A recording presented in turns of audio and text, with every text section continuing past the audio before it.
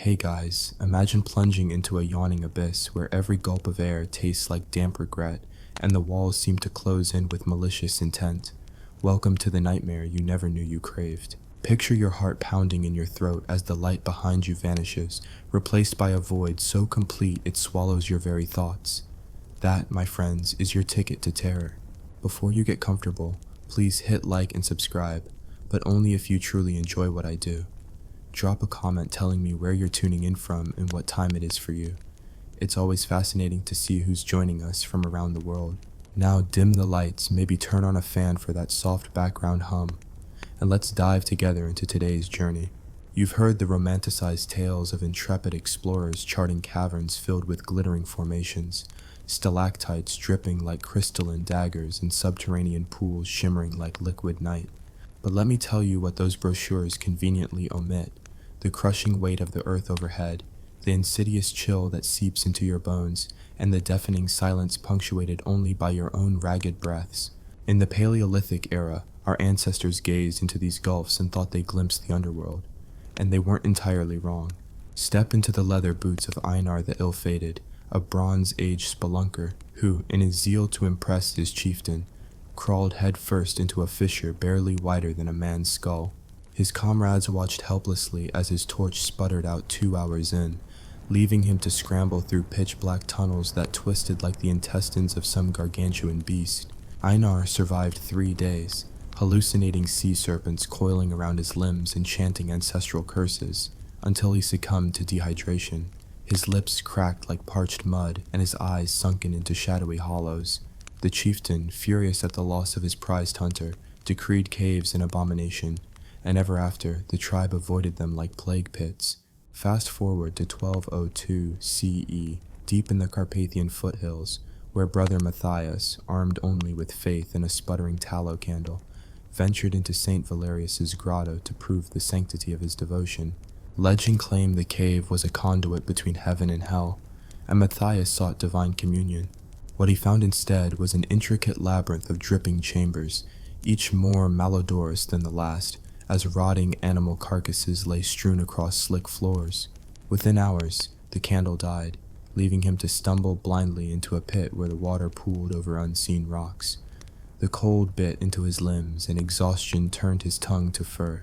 Rescued 3 days later, he emerged babbling about sulphurous vapors and grotesque shadow people that clawed at his mind. The Abbey chronicler concluded mystically that God had tested his piety. Historians now suspect methane poisoning, but it wasn't just medieval monks who met gruesome ends underground. In the Roaring Twenties, a group of daredevil spelunkers led by one Algernon Brown attempted to map Mammoth Cave's uncharted recesses. They carved crude ladders from driftwood and rigged kerosene lamps on bamboo poles. On night 3, a rock collapse severed their exit route, and panic rippled through the party. Their lamps sputtered in greasy downdrafts, plunging them into darkness so absolute it fractured their sanity. Desperation drove them to gnaw on fungus-laced roots, which unleashed violent bouts of vomiting and delirium. 2 of them succumbed to hyponatremia after drinking mineral-rich seepage that corroded their kidneys. Brown himself survived by ritually chanting Shakespeare's Sonnet 18, an odd choice given he couldn't recall most of it. His memoirs, published with ghoulish flair, sold poorly once readers noticed the footnotes, "not for the faint of liver." And don't think technology spares you. In 1968, Soviet speleologists with thermal imaging rigs entered the Voronezh abyss, aiming to be first to its bottom. The descent was a marvel of Soviet ingenuity: winches, oxygen tanks, radio relays. But communication failed at 600 meters down. Their recordings later revealed a cacophony of metallic creaks, anguished gasps, and a final interrupted transmission. "It's moving. Something. Enormous," followed by a low, resonant thud. When rescue teams reached them days later, they found gear strewn across shale shelves and footprints leading into a submerged cul-de-sac. None of the speleologists were alive, and Soviet archives still list the cause as equipment failure. Conspiracy theorists whisper of cave-dwelling creatures, but most scientists point to carbon dioxide buildup and nitrogen narcosis. Let's rewind further, to the Paleolithic Neanderthals. Picture you hunched over a sputtering fire at the cave's mouth, scraping fat off a mastodon bone. The darkness beyond is unfathomable. One misstep knocks over your pyre. The flame dies. Panic-stricken, you lunge for flint to spark another, but your hands shake so badly the steel shards miss every time. The cave swallows you hungrily. You huddle, every creak in the rock sending adrenaline racing through your veins. Triangulating your position becomes an impossible game of echoes. Your screams bounce back muffled as though the cave itself mocks your terror. That's the primal fear no YouTube thumbnail can replicate. Mid-16th century conquistadors felt it too. Francisco de Ulloa's expedition, searching for mythical gold veins, stumbled upon a cavern in Baja California, so vast they believed it was hell's entryway. They rappelled into its maw, torches ablaze, only to discover chambers splashed with luminous algae mirroring the stars above. Awe turned to horror when the alcoves narrowed, forcing men to duck, crawl, then writhe through waist-high pools. The algae, they later realized, was bioluminescent fungus excreting neurotoxins. A dozen soldiers keeled over, eyes rolled back, limbs spasming. Ulloa chained the survivors on the surface until their delirium subsided, then abandoned the cave, leaving behind rifles, armor, and half-digested provisions. For a modern-day urban commuter, the notion of entombment is almost whimsical. After all, elevators jam, sure, but cell service remains. Shift that scenario into a pitch-black limestone shaft 2 kilometers from sunlight, and it morphs into a relentless torment. No rescue beacons, no whistles that travel more than a few meters. Instead, your only companions are the constant drip-drip of water, the sticky press of mud against your flesh, and the unmistakable sense of being buried alive in real time. Imagine your skin chapped by calcium carbonate particles the size of breadcrumbs. Every movement scrapes exposed nerve endings. You slip into a pool of brackish water, the taste turning stomach acid into a noxious slurry. Your throat tightens.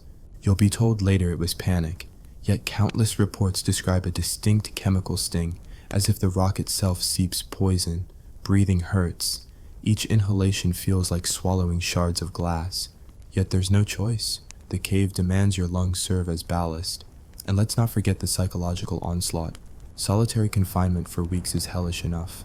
Try enforcing it with the oppressive weight of thousands of tons of rock overhead. The human mind is neither wired nor prepared for endless darkness. Colors vanish, time dissolves. Days blur into nights that never come. Sleep becomes a luxury of madness, twitching dreams that trap you in looping corridors, always searching, never finding egress. Sound amplifies. A distant drip becomes cannon fire. A rat scuttling above becomes a trampling herd. You claw at the walls, half cracked with delirium, hoping to gouge a tunnel to freedom. All you manage is bleeding fingers and deeper despair. So why wouldn't you survive a single day? Because evolution never intended us to wander where sunlight dares not tread. Our lungs are shaped for open air, our eyes for breadth and shadow. Our bones, our fragile organs, quiver under subterranean pressures. And the cave, ancient and patient, offers no quarter, no mercy. It is the world's oldest predator, indifferent to your screams, unblinking in its appetite. In the coming segments, we'll explore specific cave disasters. The doomed speleologist who mistook a dry shaft for a walkway, the medieval pilgrims caught in a sudden flood, and the scientists who underestimated a cave's breathing patterns. We'll dissect the lethal cocktail of gases, the crushing weight of silence, and the unyielding cold that seeps into marrow.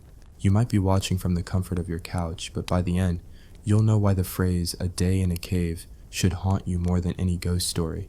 And if, after all this, you still fancy a spelunking trip next weekend, well, good luck. You're going to need it. The moment you thought the darkness might relent, it tightens its grip. Meet Isolde de Montferrand, an 18th century French noblewoman whose fatal curiosity led her to the Grotte de Lascaux's hidden wing. Armed with a single tallow lamp and a copy of her father's musings on man's dominion over nature, she descended into the painted halls. At first, the cavern walls dazzled her with ochre bison and swirling aurochs, proof that humans left their mark even here. But within hours, her lamp's flame danced erratically, driven by unseen gusts that funneled through fissures like spectral breath. The very air conspired to snuff her light. leaving her to stumble between Pleistocene murals and a yawning drop. Each misstep echoed through vaulted chambers, magnifying the distance to any hope of escape. Her final journal entry, scrawled on damp vellum, reads simply, "The paintings mock me in their silent laughter." Within hours she collapsed, struck by acute hypothermia and exhaustion, her voice lost to the wind tunneling through ancient stone. Centuries later, in 1875 North Yorkshire, the booming mining industry turned coal pits into vertical labyrinths rivaling any natural cave. One sultry summer, 20 laborers sank into the depths of Blackmore Colliery, following a coal seam rumored to glint like wet anthracite. The shaft's timber supports, weakened by rot and overloaded by mechanized drills, groaned and snapped like dying insects. At 19 fathoms down, a catastrophic collapse sealed the entrance behind them. Sunlight vanished. Their carbide lamps sputtered on moisture-laden timber, casting jittery shadows that lengthened into monstrous shapes. The men ate crushed chalk mixed with water, an old miner's trick to stave off hunger, only to suffer agonizing indigestion and convulsions. Attempts to bore a rescue tunnel failed again and again, each new shaft succumbing to the same rockfall. After 5 days, when fresh air was finally forced through a bi-drill, rescuers found the survivors emaciated, hallucinating about singing stones and the dead chanting their names. 5 never spoke again. The rest carried the stench of decay in their clothes till death claimed them years later. Then there's the bizarre 1923 expedition in the Philippines, where American naturalist Chester Chet Armstrong chased the legendary Blood Cave beneath Samar Island. Locals whispered of a subterranean river dyed red by mineral runoff, but Armstrong, ever the romantic, craved undiscovered species. He rappelled into a shaft so narrow his shoulders scraped raw against limestone. At the riverbank, he found water thick as congealed blood, only to learn too late it was laden with iron oxide and toxic bacteria. After drinking from a steel flask refilled at that spot, he endured 10 days of fever so high his delirium conjured mocking tribesmen singing pidgin English hymns. He emerged delirious, skin yellowed like old parchment, later diagnosed with leptospirosis and iron overload. His notebooks, recovered by a local friar, detail whispered voices emanating from the riverbed, promising eternal life in exchange for his soul. Fast forward to October 1943, the Apennine Mountains of Italy. A group of British SOE operatives aiming to sabotage a railway tunnel used by Axis forces infiltrated a clandestine cavern system parallel to the tracks. They brought radio transmitters, explosive charges, and canned corned beef. Hardly luxury provisions, but better than nothing. A sudden rockfall sealed their exit, forcing them deeper. Without daylight, radio signals warped. Morse code replies arrived as gibberish. Days bled into nights. Their meager rations ran out. They gnawed on discarded munitions packaging to still their hunger. Frostbite claimed toes. One operative, Captain Mallory, succumbed to trench foot turned gangrenous, his foot swelling grotesquely before they put him out of his misery. The survivors drilled new holes in the ceiling, praying for a rescue team, but found nothing but a chasm dripping icy water. When Allied troops finally located them, half crazed and chanting "Long live blackness," they shambled out looking like revenants. If you think modern safety gear makes you invulnerable, consider the 1985 Spéléo Club Montréal fiasco in Quebec's Réseau de la Rivière. A party of 5, kitted in wetsuits and full-face helmets, dove into an underwater passage shrouded in silt. Their dive computers, state-of-the-art for the era, misread depth after their headlamps illuminated a cave-in upstream. Silt exploded into a blinding cloud. Visibility dropped to 0. They could feel each other's wetsuits but not see their own hands. Communication signals hopelessly garbled. The team floundered in frigid water at 6 degrees Celsius, panicking as carbon dioxide built in their rebreathers. 2 divers, disoriented, jettisoned their tanks to ascend but drowned when they ran out of gas.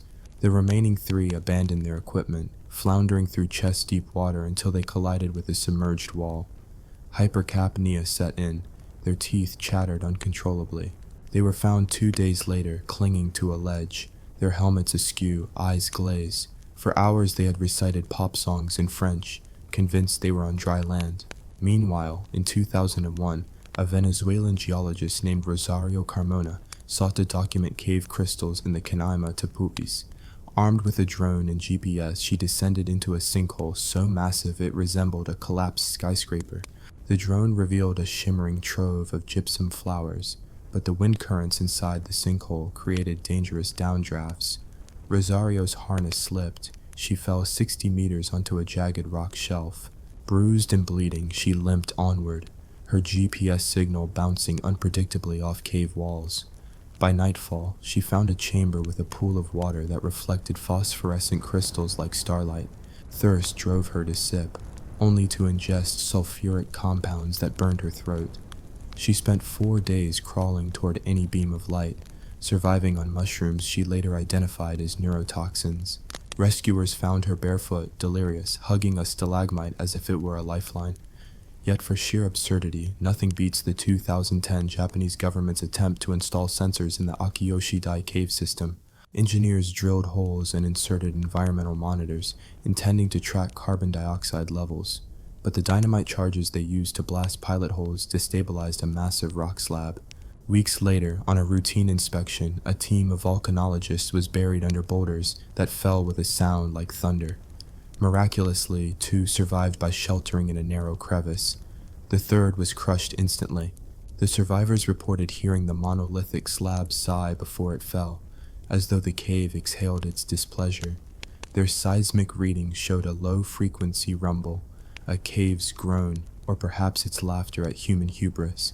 Not all cave horrors are ancient or dramatic. Some are mundane, but no less lethal. In 2017, a pair of urban explorers attempted to traverse the drainage tunnels beneath Los Angeles. They blogged in real time, live streaming through graffiti-streaked corridors beneath freeways. A rainstorm upstream turned the tunnel into a river. The stream's current snatched one explorer's pack, ripping off his flashlight. In the pitch-black torrent, his screams were muffled by rushing water. His partner, tethered by a flimsy rope, tried to haul him back, only to be pulled in too. Both drowned. Their last broadcast, grainy and frantic, captured a gurgling roar and flashing taillights of a patrol car above. Online commenters called it thrilling. Their families called it negligence. Through each of these tragic vignettes winds a common thread.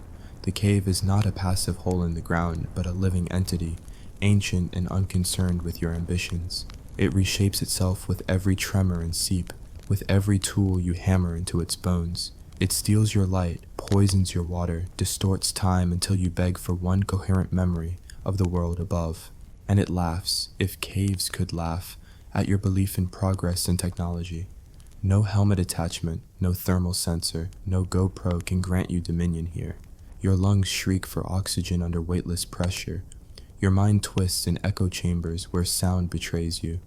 Try to map its chambers. It redraws them overnight.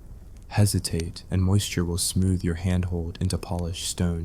Advance too fast, and you'll trigger a rockfall that buries hope under tons of rubble. Drink the stalactite drip and risk arsenic or methane. Breathe too deeply and inhale spores that blossom into fungal lungs inside your own.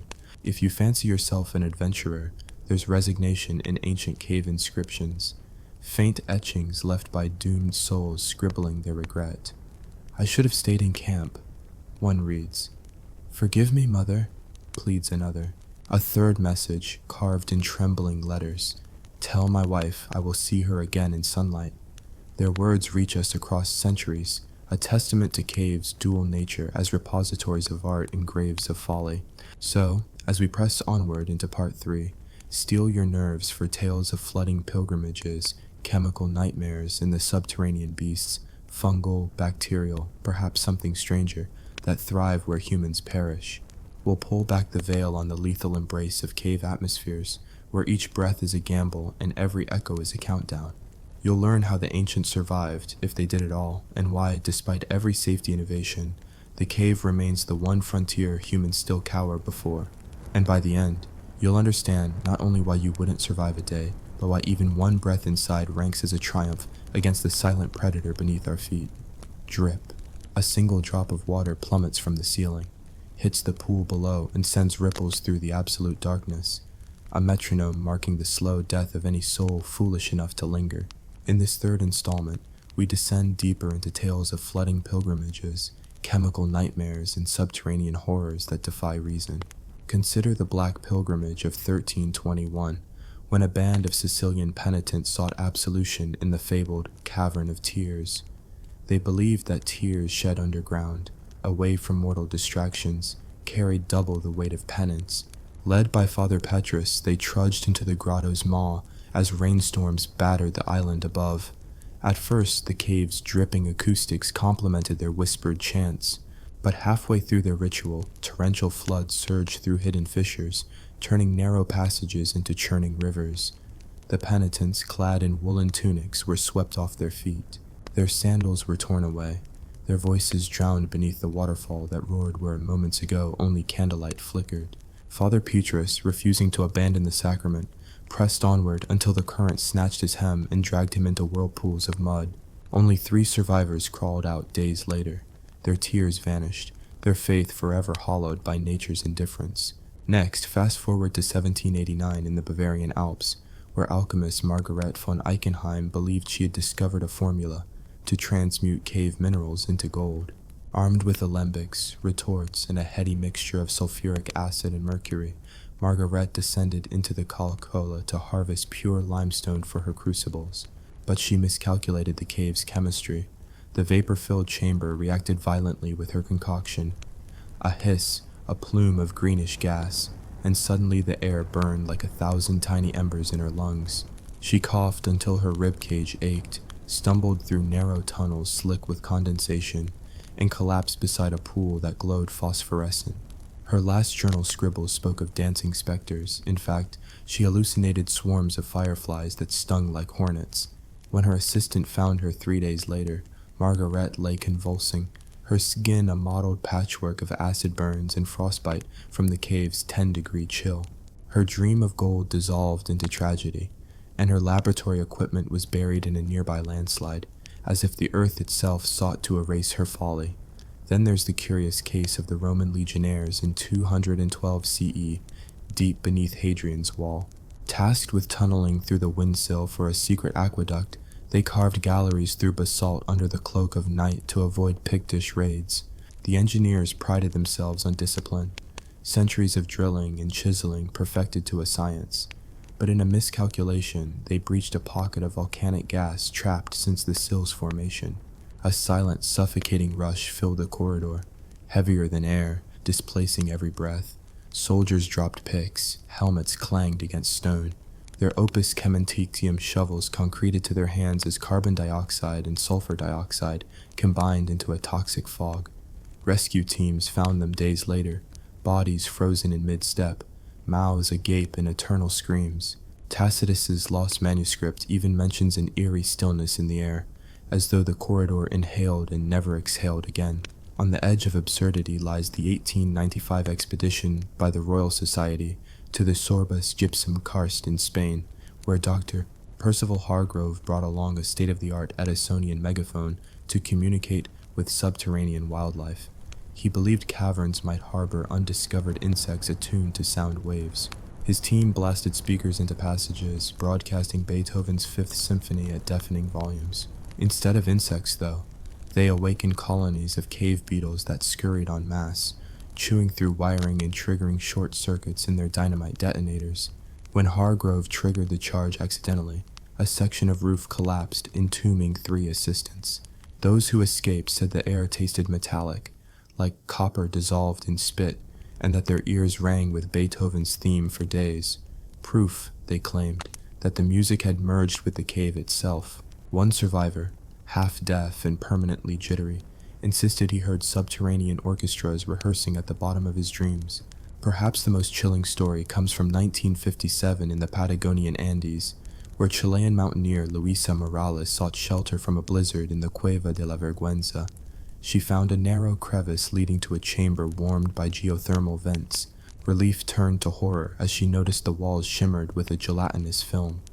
Microscopically, it was a biofilm of extremophile bacteria that feasted on carbon dioxide and exhaled ethyl mercaptan, the compound that gives rotten eggs their stench. Breathing the gas gave Luisa vertigo, then nausea so violent she vomited black bile. She crawled for days toward the exit, her sandals torn to ribbons, her supplies long gone. When she finally emerged, she was gaunt and smelling of decay. Her rescue team thought her dead until she moaned. Her account led microbiologists to collect samples, but they burned their gloves afterward, convinced the bacteria harbored neurotoxins. Not all victims are human. In 2004, European wildlife conservationists documented cave salamanders in the Slovak karst encountering deadly mycosis. Using sonar to map pristine passages, they inadvertently transmitted fungal spores that thrived in the moist, chilly habitat. The salamander's smooth skin cracked and bled, a reminder that cave ecosystems are fragile, and that human intrusion can have fatal consequences beyond our own flesh. Researchers had to seal the cave for a decade, erecting biosecurity protocols that no entrance be opened without decontamination chambers, dog handlers, and ultraviolet scanners. The irony: a species evolved over millennia to endure darkness, undone by amoebae hitchhiking on human boots. Meanwhile, in 2009, a group of forensic anthropologists in Malaysia investigating prehistoric burial caves triggered a hidden sinkhole when they tapped on a limestone column. The ceiling collapsed, burying them under boulders and an avalanche of guano so deep it smothered screams.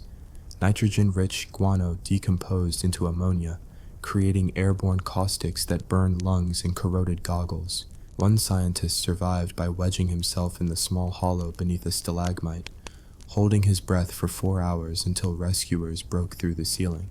His lung fields, examined later via X-ray, resembled peppered night skies, so many gas emboli that doctors likened them to cosmic events. And then there are the whispers of subterranean beasts, fed by millennia of isolation and darkness. In 1978, a spelunking duo in the Nullarbor Plain descended into a newly discovered cavern, only to hear low, resonant growls echoing through chambers too vast to navigate in a single evening.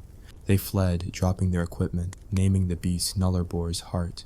Subsequent expeditions found huge paw prints, larger than a lion's, but no skull or skeleton. Biologists speculate on a surviving megafauna, but skeptics point to giant monitor lizards or feral cattle.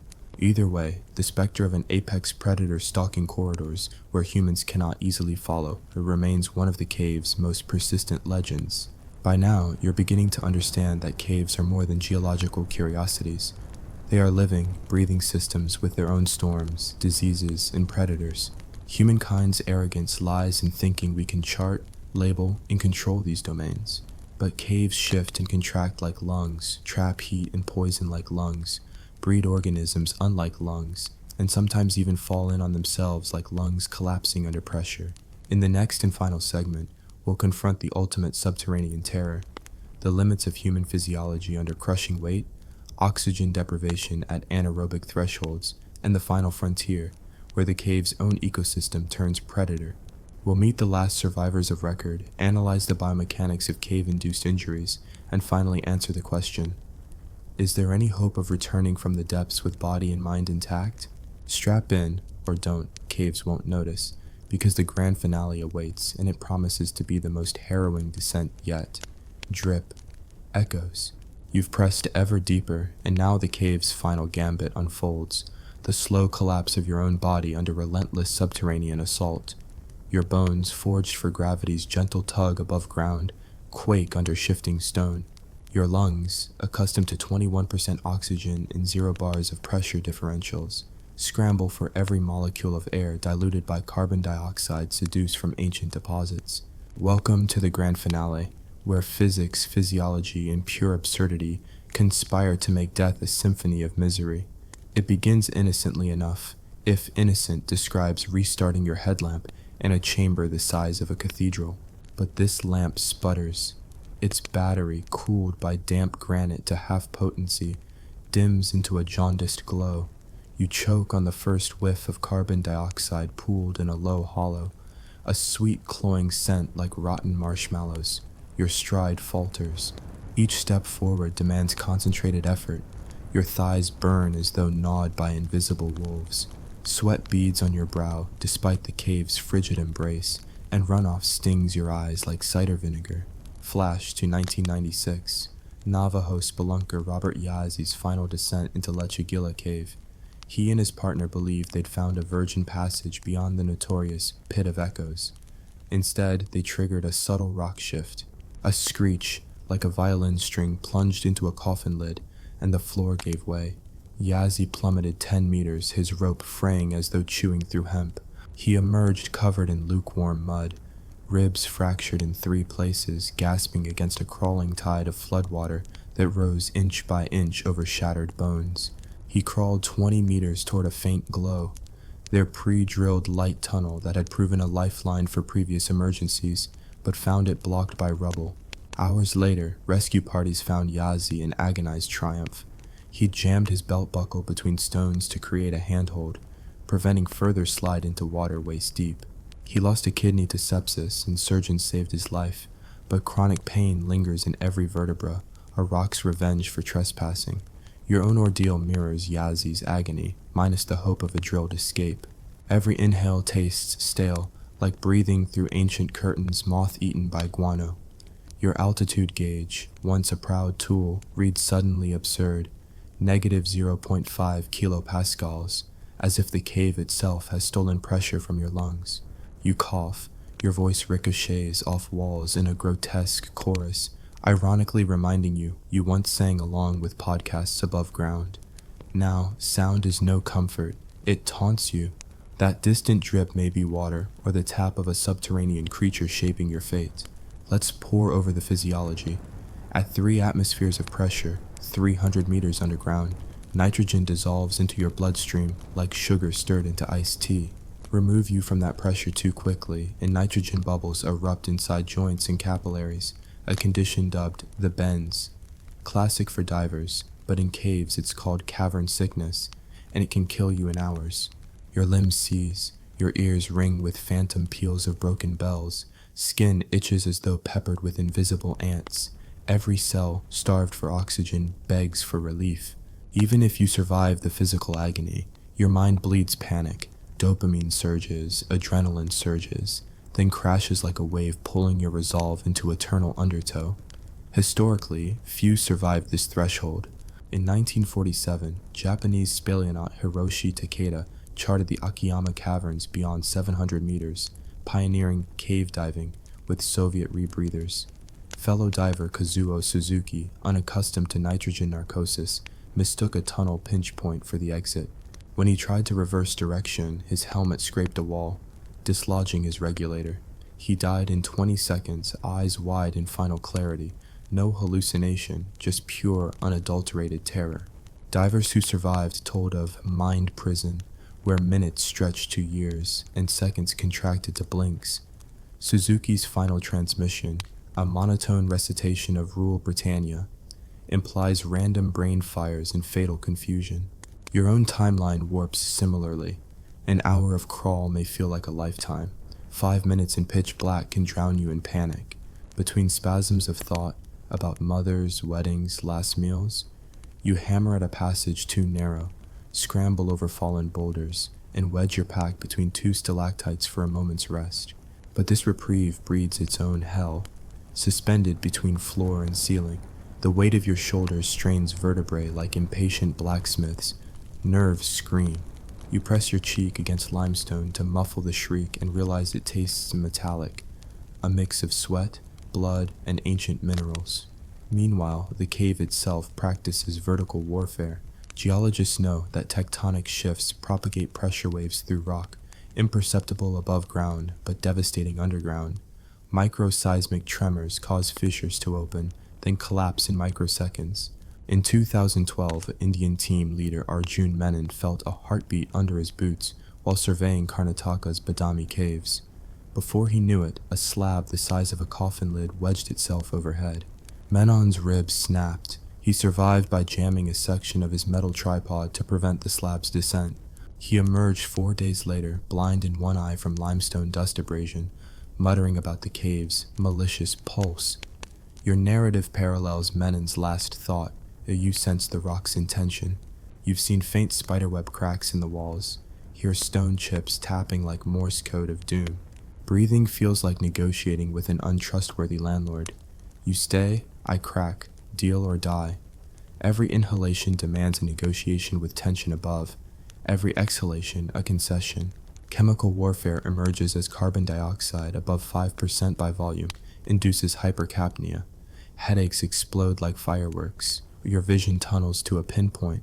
Consciousness hovers at the edge of oblivion. Your lantern flickers. Memory of the sun's warmth feels like a myth. And then the finale, hydrostatic collapse. Not a deluge, but seepage, slow saturation, turning mud under your palms into a slick quicksand that sucks at ankles and knees. You rise, try running, your boots filled with sludge heavier than lead. A drip on your helmet coalesces into a stream, chewing through your waterproof layer and drenching your collarbone. Skin peels in the cold, waterlogged air. The hum of fungi in your ears buzzes like a swarm of locusts. You dash down a widening corridor, thinking it leads out, only to find a sheer drop, 15 meters, no rope in hand. Above you, your headlamp beam reveals ancient pictographs of stick figures with sad fists raised to an unseen sky. Those long-ago artists painted warnings, warnings you only interpret now. Below, the pit yawns, a death jump or a slow slide into copper-rich ponds rumored to corrode flesh. The rational mind calculates, a 30-foot fall might break bones, but crawling back carries near certainty of collapse. Calculus fails you. You measure a beat, push off, and free fall. Pain blooms instantly in every nerve ending. Bones groan, puncture muscle. You hit the earth, slide on stones damp with algae, and land sprawled. Your breath ejects in a single exhalation, a sigh that twists your injury into a scream. Darkness blooms in vision edges. The ring of the cave closes in like a vice. You try to sit, but a shard of rock has pierced your thigh. Blood warms your thigh guard. You taste it. Dizziness bowls you over. You flick your lamp. The beam dances over a shale wall, revealing mineral crystals that flash like mocking eyes. They glare. Your heart numbs. The world narrows to a circle of lamplight. Minutes pass, or hours. It's impossible to tell. You press your fist against the wound, apply makeshift pressure. The cave decides to introduce the final killer, hypothermia. Rock saps heat 20 times faster than air. Blood pools around your core, cools and chills every state of consciousness. Cognitive function fails. Words scramble into alphabets you can't pronounce. You try counting heartbeats. 1, 2. But the numbers tangle. You slip into microsleep, jerking awake with a start, breath shallow. Outside your mind, the cave rumbles, a reminder that time continues uncaring.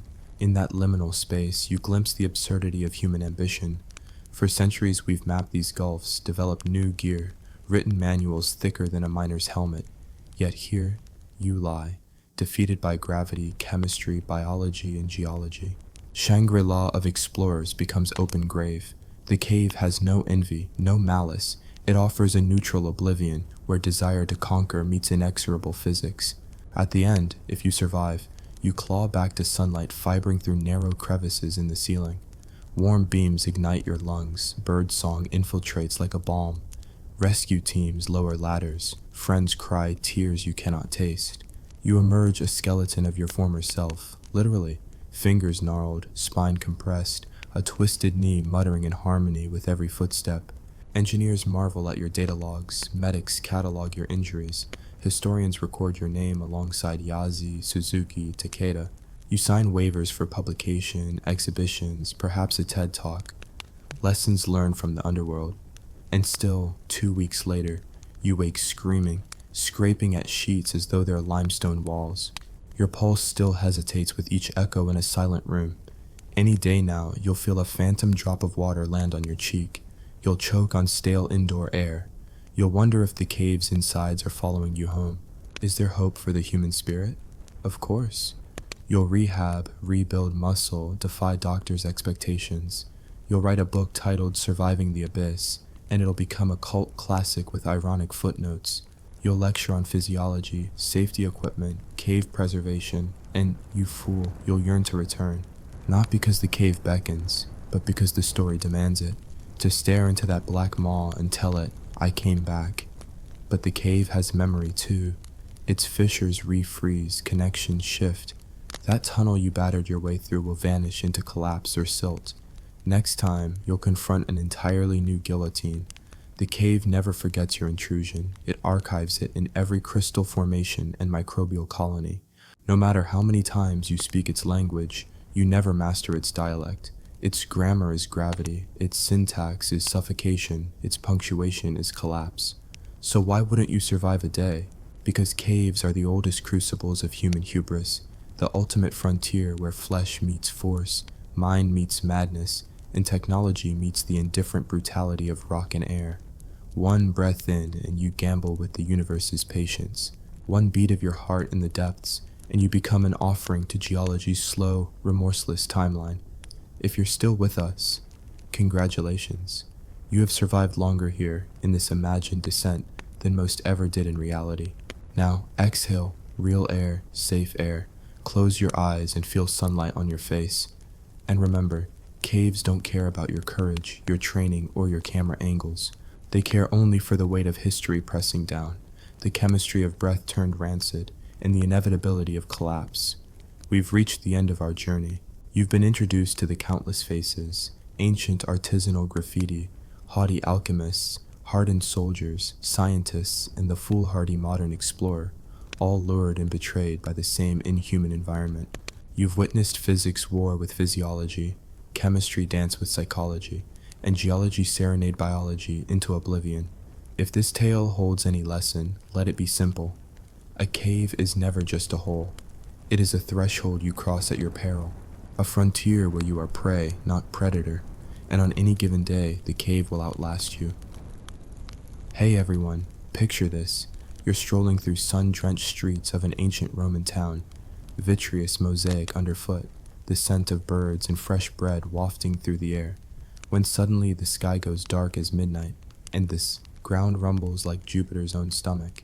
10 seconds in, and your toga is suddenly the worst fashion statement in history.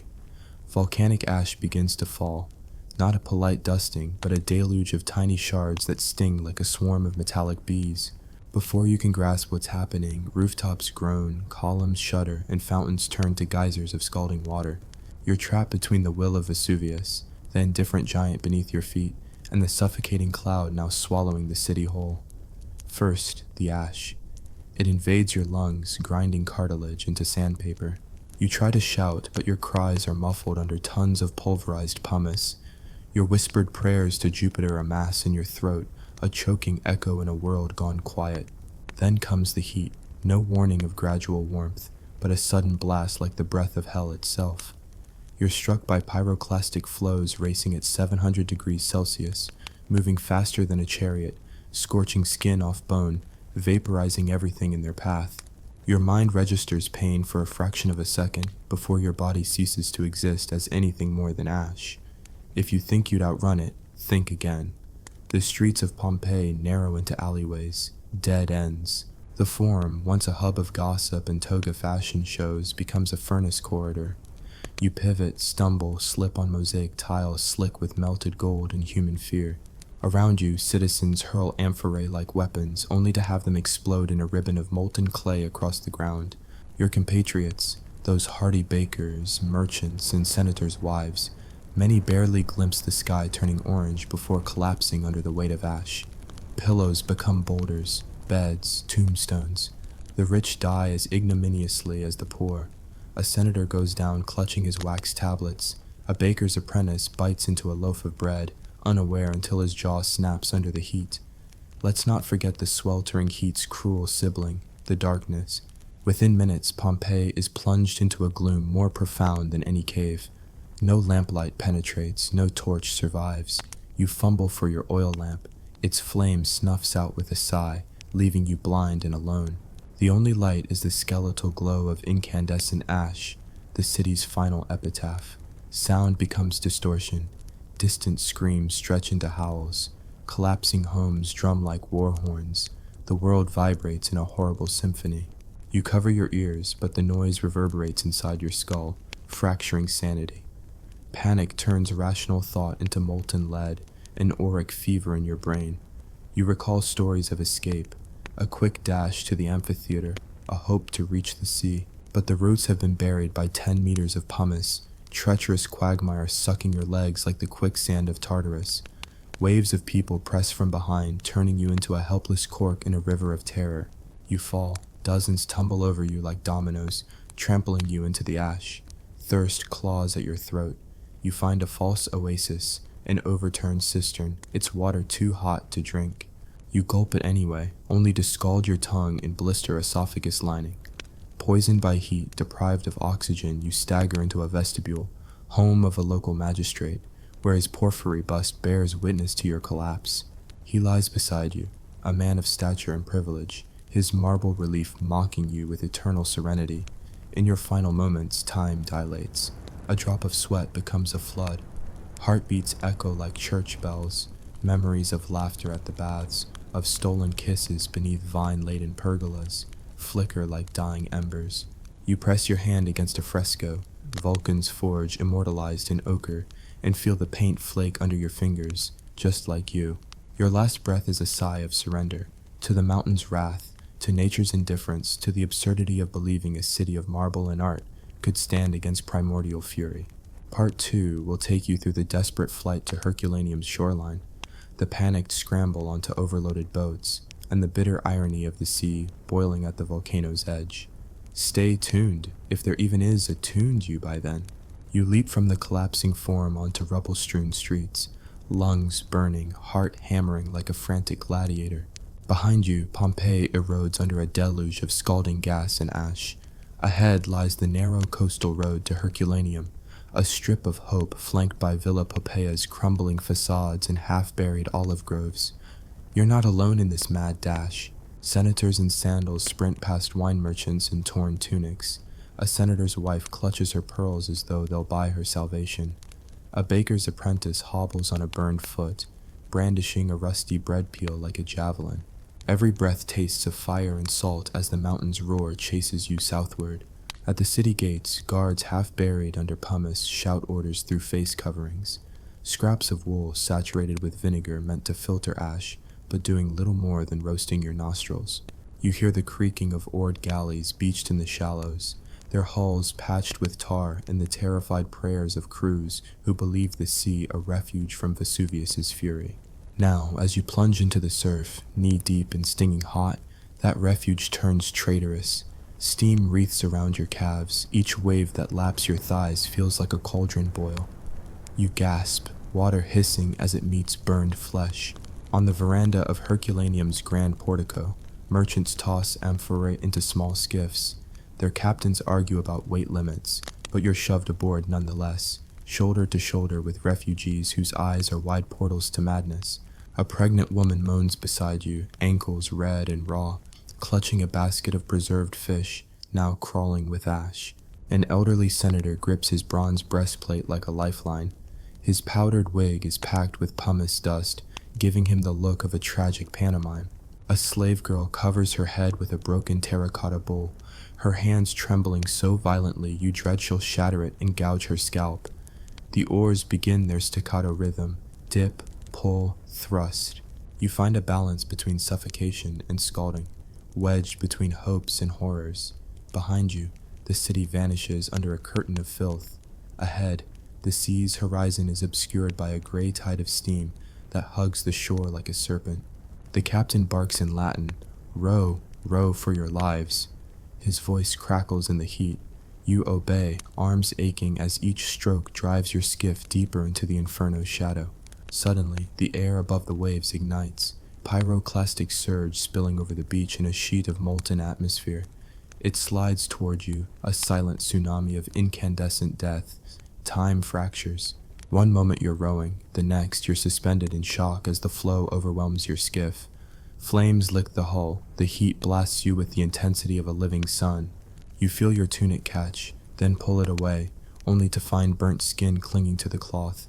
The pregnant woman screams as her basket ignites. The fish fry themselves in a hiss that resembles laughter. The captain curses and efforts to steer closer to deeper water, but the current drags you shoreward as though the sea itself seeks to drown you. You plunge under the smoke cloud, lungs flooded with superheated ash-laden water. Underwater, the world is a palette of orange and gray. You claw to the surface, lungs roiling with liquid lava masquerading as seawater. When you break through, your lungs seize. You're flung onto a rocky ledge, gasping like a dying fish, surrounded by debris, charred planks, shattered oars, dismembered masts. A skeleton in a merchant's toga floats by, blackened, arms outstretched in final supplication. You slide to your knees, vision flickering. The fugitive city bleeds steam into the dawn. Above, Vesuvius unleashes another plume that stalks the sky like a monstrous harpy. Dragging yourself upward, you collapse against a volcanic boulder hot enough to blister palms. Behind it, a shallow grotto offers meager shelter. You drag the pregnant woman in. She lies on ashy sand, eyes half closed, lips stained with blood and vinegar. You press your water flask to her lips. She drinks, then convulses, expelling a black froth. A slave girl emerges, brandishing torn fabric to fan the sickening fumes. You realize your vinegar-soaked rags are hot and ineffective. They bake your face rather than filter the air. You tear a strip, soak it in seawater, and bind it over your mouth, tasting salt and surrender. You huddle beside the grotto's wall, a mosaic of soot and tears. Morning light filters weakly through sulphurous haze. The volcanic ash beneath you is a living carpet, shifting with each breath of wind, hissing like an angry serpent.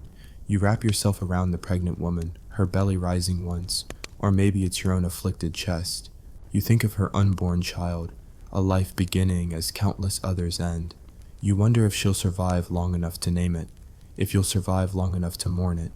Time dilates in this hell. Minutes stretch into agonies. Each heartbeat is a drumbeat of doom. Bees drone in the distance. No, that's your skull echoing. Somewhere, a merchant curses. The sound is a shard that tears into your eardrum. You wonder why the gods allow such cruelty. Jupiter, Mars, Apollo, they witness from Olympus while mortals drown in fire and brine. Their indifference smolders hotter than any volcanic flow. When you finally emerge from the grotto, on hands and knees, limbs wobbling like saplings, you see Herculaneum's shoreline transformed. Boats lie capsized, half buried under pumice overrun by seaweed. Bodies float face down, eyes glassy with disbelief. Columns from the ancient port's pier toppled, turned to charcoal. You stagger toward a fishing vessel still seaworthy, its crew long gone. You clamber aboard, hoisting yourself over flaming railings, only to leap onto another skiff drifting amid broken amphorae. The skiff is unmoored.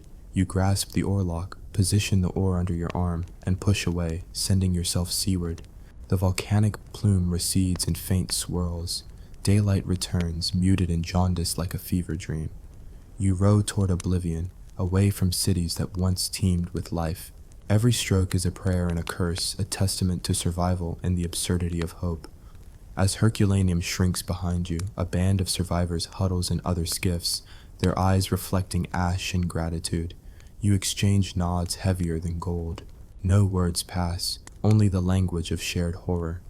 Ahead lies open water, promising freedom but delivering only exhaustion and salt. You wonder how many in your boat will live to see another sunrise. Your stained tunic counts 4 souls. Your heart knows only 3 might. Night falls with reluctance as though the world cannot bear more darkness. You row until your arms collapse, then let the current carry you. In that drifting trance, you recall the forum's laughter, the baker's warm loaves, the senator's pompous speeches. They awaken inside you as intrusive ghosts. You press a hand to your chest, feeling the searing scar where the ash burned you. You taste salt, blood, and seaweed on your tongue, a cocktail for the damned. Morning light breaks in a sallow haze. You find yourself washed ashore on a rocky spit near Stabiae. Fishermen, pale and shaking, drag you to a cave mouth. Inside, they offer water, wine, bread. You sip with trembling lips and taste hope for the first time since the sky fell. But hope is fragile. Ash drifts through the cave entrance in lazy spirals, reminding you that Vesuvius's appetite is not yet sated. You look back toward the sea, toward a city forever lost beneath layers of pumice and sorrow. You feel the weight of every life extinguished, every dream scorched to ash. You smell the sweet stench of sulfur and the briny breath of the sea mixed in a fatal embrace. You realize that no monument, no mosaic, no fresco can withstand the wrath of a mountain's wrath. And as you stagger inland, leaning on strangers' shoulders, you understand that survival is not a victory, but a sentence. For every breath you draw, You carry the echoes of Pompeii's last hour. You carry the ash in your lungs, the salt in your tears, and the memory of a city that lived under the shadow of a giant until that shadow became its tomb.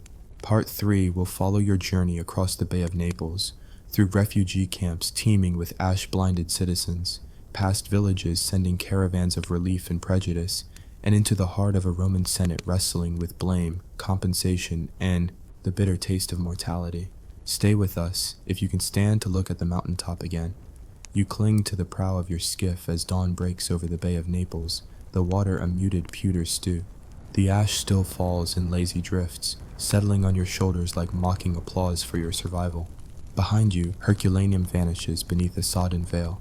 Ahead lies the walled town of Neapolis, reputed sanctuary of the displaced and breeding ground of rumor, resentment, and Roman bureaucracy.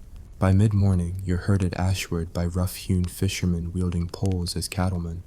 You're funneled through hastily erected tents, sheets of canvas patched with olive sacks and wine barrels. Inside, refugees huddle on packed ash, pressing bodies for warmth. You recognize faces from the Forum, the baker's apprentice, now gaunt as a creaking cart, the senator's wife, her pearls replaced with beads chopped from olive pits. They look at you with hollow eyes as though you bear witness to a crime against humanity. Food arrives sporadically, a ladle of thin porridge flecked with rice husks, a sliver of stale bread torn from the granary reserves. You taste each bite like communion, though the porridge greets your tongue with the warmth of a grave. Children press against the tent flaps, ash smudged on their cheeks, asking mournful questions. Will Papa return? When will the sky clear? Their innocence cracks your heart like brittle pottery. Outside, the camp teems with activity. Soldiers in bright scarlet cloaks, so otherworldly against the monochrome ash, march between supply wagons stacked with amphorae of water. They bark orders in clipped Latin, herding refugees toward registration tables carved from overturned crates. A mustachioed bureaucrat in a filthy toga stamps scrolls with solemn authority. Name, status, desired relocation. You step forward, fumbling with scorched sandals and singed toga hems. He squints at you through horn-rimmed spectacles. Are you of legal age? Do you own property? What damage has your estate sustained? You mutter something about complete destruction, and he jots a note. Needs aid, priority, low. You want to throttle his quill with your charred fingers. Rumor spreads that Emperor Titus himself will tour the camps, dispensing condolences and, perhaps, compensation. Whispers swirl that senators back in Rome debate whether the victims deserve reparations or merely a public funeral. You overhear two matrons gossiping by a smoking barrel fire. One insists the Pompeians were too decadent, banquets by day, baths by night, deserve their fate, while the other argues they paid taxes like good citizens. Where's Vespasian's relief? Fund? Their voices sharpen like daggers, each accusation a fresh laceration on your still bleeding psyche. On the second day, you're summoned to join a caravan bound for Cumae, where a temporary Senate commission convenes under canvas awnings. You board an ox-drawn cart with the baker's apprentice and the pregnant woman, her belly now round as a full moon. The road is a river of pumice and bodies. Travelers stumble over charred carts abandoned by the side. Pack animals starved into shadows of their former selves. Mercy posts, teams of gladiators turned medics, wander the cliffs, offering swigs of diluted wine to the delirious, bandaging scorched limbs with torn linens. By evening, you arrive at Cumae, which looks more like a battlefield than a city. Makeshift columns of soldiers hold off crowds thronging the Forum Magna, now repurposed as a mass clinic. Doctors in long togas stained with antiseptic mumble about gangrene, smoke inhalation, and dysentery. You pass row upon row of benches where survivors wait for diagnoses, a plebeian clutching his arm where flesh hangs in tatters, an artisan who will lose his sight to ash blindness, an elderly woman whose ribs protrude beneath skin painted blue by hypothermia. In the center stands the commission, a semicircle of stern-faced patricians draped in lamp-blackened togas, their sandals shining suspiciously new. Leading them is Senator Gaius Calpurnius, an orator whose booming voice once charmed the Senate, and who now preaches policy as though reciting epic verse. He ascends a raised dais, inhales dramatically, and addresses the crowd. Fellow Romans, we grieve your suffering. Emperors past and present weep for your loss. Relief shall come. He pauses, as if savoring the moment. You strain for details. Will there be land grants, loan forgiveness, a tribute fund? Instead, he elaborates on a new temple to Vespasiana Fortuna, complete with marble lions shipped from North Africa. A monument to divine mercy, he calls it. The crowd shifts. Mutters ripple through the assembly. You see tears, but wonder if they're tears of hope or tears of resignation. As the senators debate, you're corralled into votive clusters for citizen input, what you call focus groups and they call public sentiment polls. A clerk points a stylus at a wax tablet. List 3 grievances. You scribble: loss of home, loss of kin, lack of aid. He jots down rational complaints before moving on to the next survivor, collecting variations on "we want bread" and "we want justice." The sensation is Kafkaesque, a charade of democracy where your voice becomes yet another. Scroll in a bureaucracy's archives. Night falls, and the camp remains a furnace of suffering. You curl under a tarp held aloft by broken column shards, listening to the groans of the infirm mingling with the clank of armor from the guard patrols. Every so often, a shout rings out, "Fire!" A panic over a flare-up in a cooking pit, and the crowd surges, sending blankets, pots, and people toppling in a domino cascade. On the 3rd day, the Senate caravan advances to Naples itself, where the city is only marginally less ruined. Marble statues lean against temple walls cratered by pyroclastic debris. Mosaics lie buried under stratified ash like fossils in geological layers. You navigate alleyways where looters, peasants, and nobles alike pry gold rings from dead hands, pocketing them between cries of "the market will pay" and "I need to feed my family." In the theater of Pompeii, the city's grand playhouse, survivors huddle on cracked seats awaiting Titus's arrival. He finally appears atop a tribunal carriage, resplendent in a purple-bordered tunic that, by all rights, should be exempt from ash, but isn't. He squints through ash-filled air and raises his hands to silence the crowd. His address is half consolation, half campaign speech. "My people, you have suffered unspeakable loss. Yet out of ash shall rise a new Pompeii, more glorious than before." He gestures to engineer plans unfurled on waxed boards. Aqueducts rerouted, villas rebuilt with imported marble, a grand coliseum dedicated to the disaster's martyrs. The crowd cheers, but you glimpse the baker's apprentice slump in his seat, eyes hollow as yesterday's ash. Are these cheers for hope or masks for hollow terror? Titus continues, "To fund reconstruction, I enact a 5-year tax deferment for survivors, and 100 million sesterces from the imperial treasury." Murmurs ripple, impressive sums if they materialize. Yet senators next to you whisper, "The treasury is depleted by Britain wars. Loans will socialized on our backs. Expect levies on olive oil." The air feels charged, hope edged with cynicism. As the emperor departs, the senators disperse into gleaming litters, leaving commoners behind. You follow the dusty throng back to camp where aid has been promised but not yet delivered. Between tents, relief caravans unload barrels stamped imperial exempt, but most are wine, not wheat. A drunk officer passes out cups of imperial Falernian, telling survivors, "Drink." It soothes the soul. You sip. It tastes like diluted vinegar laced with dashed hopes. Over the next 2 days, the camp stagnates. Porridge rations remain scant. The pregnant woman, her labor imminent, is relocated to a special tent staffed by midwives who speak only Greek. She balks at their chants and salves until a local healer offers a crude birthing stool carved from driftwood. You support her, wiping ash-blurred sweat from her brow as groans fill the tent. Finally, a child arrives, gasping like a fish flung onto ash. The midwives slap it awake. You hold its small, ashen hand and stare at a new life born amid death.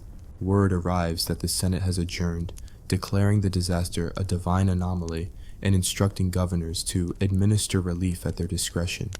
Translation: no further aid. Riotous murmurs swell into shouts. Refugees press against sentry lines, demanding grain, grain now. The soldiers tighten ranks. The crowd retreats, hissing curses. In the following days, you journey back to the shoreline. the pregnant woman, now mother, cradling her child like a precious urn. The baker's apprentice has fled northward to Puteoli, seeking odd jobs washing amphore. You clasp hands in farewell, each of you carrying scars no toga can hide. As you push into open water once more, you glance at the smoldering silhouette of Vesuvius, its plume thinning like a spent candlewick. You realize the spectrum of human responses to catastrophe: heroism and cowardice, generosity and avarice, empathy and apathy. You've witnessed senators making promises as easily as they shed tears, only to discard both like spent lampshades. Your skiff drifts toward the distant coast of Misenum, where you hope the legions will grant asylum. A centurion in a spotless lorica stands at the quay, arms folded. You approach with child in tow, your tattered toga offering pitiful evidence of survival. He eyes you with the inscrutable calm of someone who has seen legions die of dysentery. You stutter your plea: sanitas, asylum, grain. He nods to a clerk who scribbles Camp 7 on a piece of papyrus. You're guided toward rows of tents labeled by camp number and status: freedmen, citizens, veterans, non-Roman provincials. You're placed under citizens, priority medium, which translates to wait here indefinitely. Hours pass. You cradle your child, feeling the soft rise and fall of his chest, a miracle embroidered upon tragedy. Above you, gulls wheel in the thin sky, their cries a mocking chorus to your plight. Nearby, a freedman with an eye patch downplays your scattering hope. At least the sea didn't boil us, he says, offering a crust of bread. Night descends. An officer offers blankets and a bowl of porridge so thick it resists the spoon. You eat, savoring its gritty warmth. As you lie beneath a starless sky, the camp around you settles into uneasy sleep. Each snore, each cough, each stifled sob threads through the darkness like a tapestry of shared trauma. And so, Part 3 concludes not with grand closure, but with the limbo of refugees waiting for mercy that may never arrive. You've traversed ash-choked roads, tangled with bureaucracy, borne witness to imperial theatrics and human smallness. You stand on the threshold of tomorrow, a world rebuilt from charred ruins, yet haunted by loss. In the final segment, we'll follow you back toward the shattered heart of Pompeii itself, where archaeologists unearth plaster cast forms frozen in mid-fall, and tour guides hawk miniature amphorae to oblivious tourists. We'll dissect the aftershocks on Roman politics, art, and collective memory, examining how a city's death became an empire's cautionary tale. Stay with us. If you dare, return to the echoes of Pompeii's last breath. You stand at the edge of the ruined city as dawn's weak light filters through ash-stained clouds, the air still heavy with sulfur and memory. Pompeii sprawls before you, a silent amphitheater of broken columns, collapsed roofs, and mosaic floors shattered like stained glass. Every tile, every stone bears witness to lives interrupted mid-stride, mid-sentence, mid-loaf of bread. You step forward, careful not to disturb the brittle plaster casts that dot the site. Human silhouettes frozen in agony, arms flung as if warding off the final blast, faces turned toward oblivion. A tour guide approaches, her voice booming through a tinny speaker strapped to her waist. She extols the wonders of Roman engineering, how aqueducts channeled spring water, how foreign politics shaped an empire, unaware or indifferent to the ghosts at her feet. Behind her, tourists jockey for the perfect Instagram shot. A teenager holds up a selfie stick in front of a frescoed villa, the Cupid's bow of a mythological scene peeking from the wall above his head. You watch him snap dozens of photos, each flash, a mockery of the city's last fleeting moments of life. You press your hand against the cool basalt of the Street of the Dead, named centuries before it became a tomb. Your fingers trace the eroded graffiti left by looters long after the eruption, crude hearts carved into stone, initials joined in mortal promise. You wonder if any of those lovers survived the night, or if their scrawls are all that remains of their devotion. A sudden clatter draws your gaze to a group of archaeologists working in a shallow trench. They brush away ash in small, precise strokes, uncovering fragments of painted walls, bright reds, deep blues, relics of opulent villas swallowed by ash. One of the archaeologists, a woman with dust-smeared goggles, lifts a terracotta oil lamp from the rubble. Its handle is intact, the bowl still holds a trace of soot from its last flame. She cradles it like a newborn, then sets it gently into a padded box. You think of Einar the ill-fated and Margaret von Eichenheim, curiosity killed by disillusionment in caves, and wonder if these scholars too court disaster, reaching into death's debris for artifacts. Beyond the Forum, you enter the House of the Vetii, its atrium mosaics peeking through layers of pumice. The frescoes depict Dionysian revelry, satyrs dancing, grapes bursting, wine flowing, now ironic in the face of the city's final fatal feast. You step across the threshold and imagine the Vetti brothers, wealthy merchants banqueting under frescoed ceilings, laughing at jokes that you will never know. In the corner, their lararium shrine, little statues of household gods, stands charred and split, offerings of grain and libations still preserving the scent of antiseptic. A sudden tremor ripples through the earth, a lightweight aftershock of Vesuvius's tantrum. You steady yourself against a column, heart hammering. Guides hush tourists into silence. Even the gulls pause mid-cry, as though the mountain demands a moment of respect. You recall the final rumblings you felt in your flight, a living creature breathing down your neck, reminding you that Pompeii's death was not a singular event, but an ongoing testament to nature's wrath. You pass under the grand arch of the amphitheater, once a stage for gladiatorial combat. The sand floor is gone, replaced by ash that seeps between the stones like mist. The seating tiers collapse in concentric curves, each level narrower than the last, as though the mountain squeezed the life out of every spectator.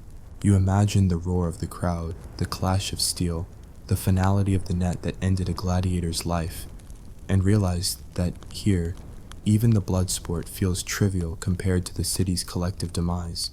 Outside the amphitheater, you find graffiti carved into the outer wall. Secundus was here, Creston's flouted Saturnalia. We drink, therefore we live. None of those scribblers saw Vesuvius coming, yet their words echo now as epitaphs, proof that the living mocked their own mortality until that mortality became literal.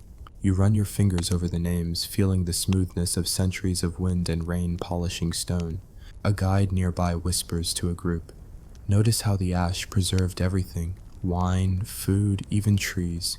He gestures toward a patch of charcoal prisms, the trunks of olive trees caught in the pyroclastic flow, their rings forever paused at the moment of death. Beyond the city walls lies the Villa of Mysteries, its frescoes still vivid with surreal portraits of Dionysian initiation rites, masked figures gesturing toward a shrouded initiate.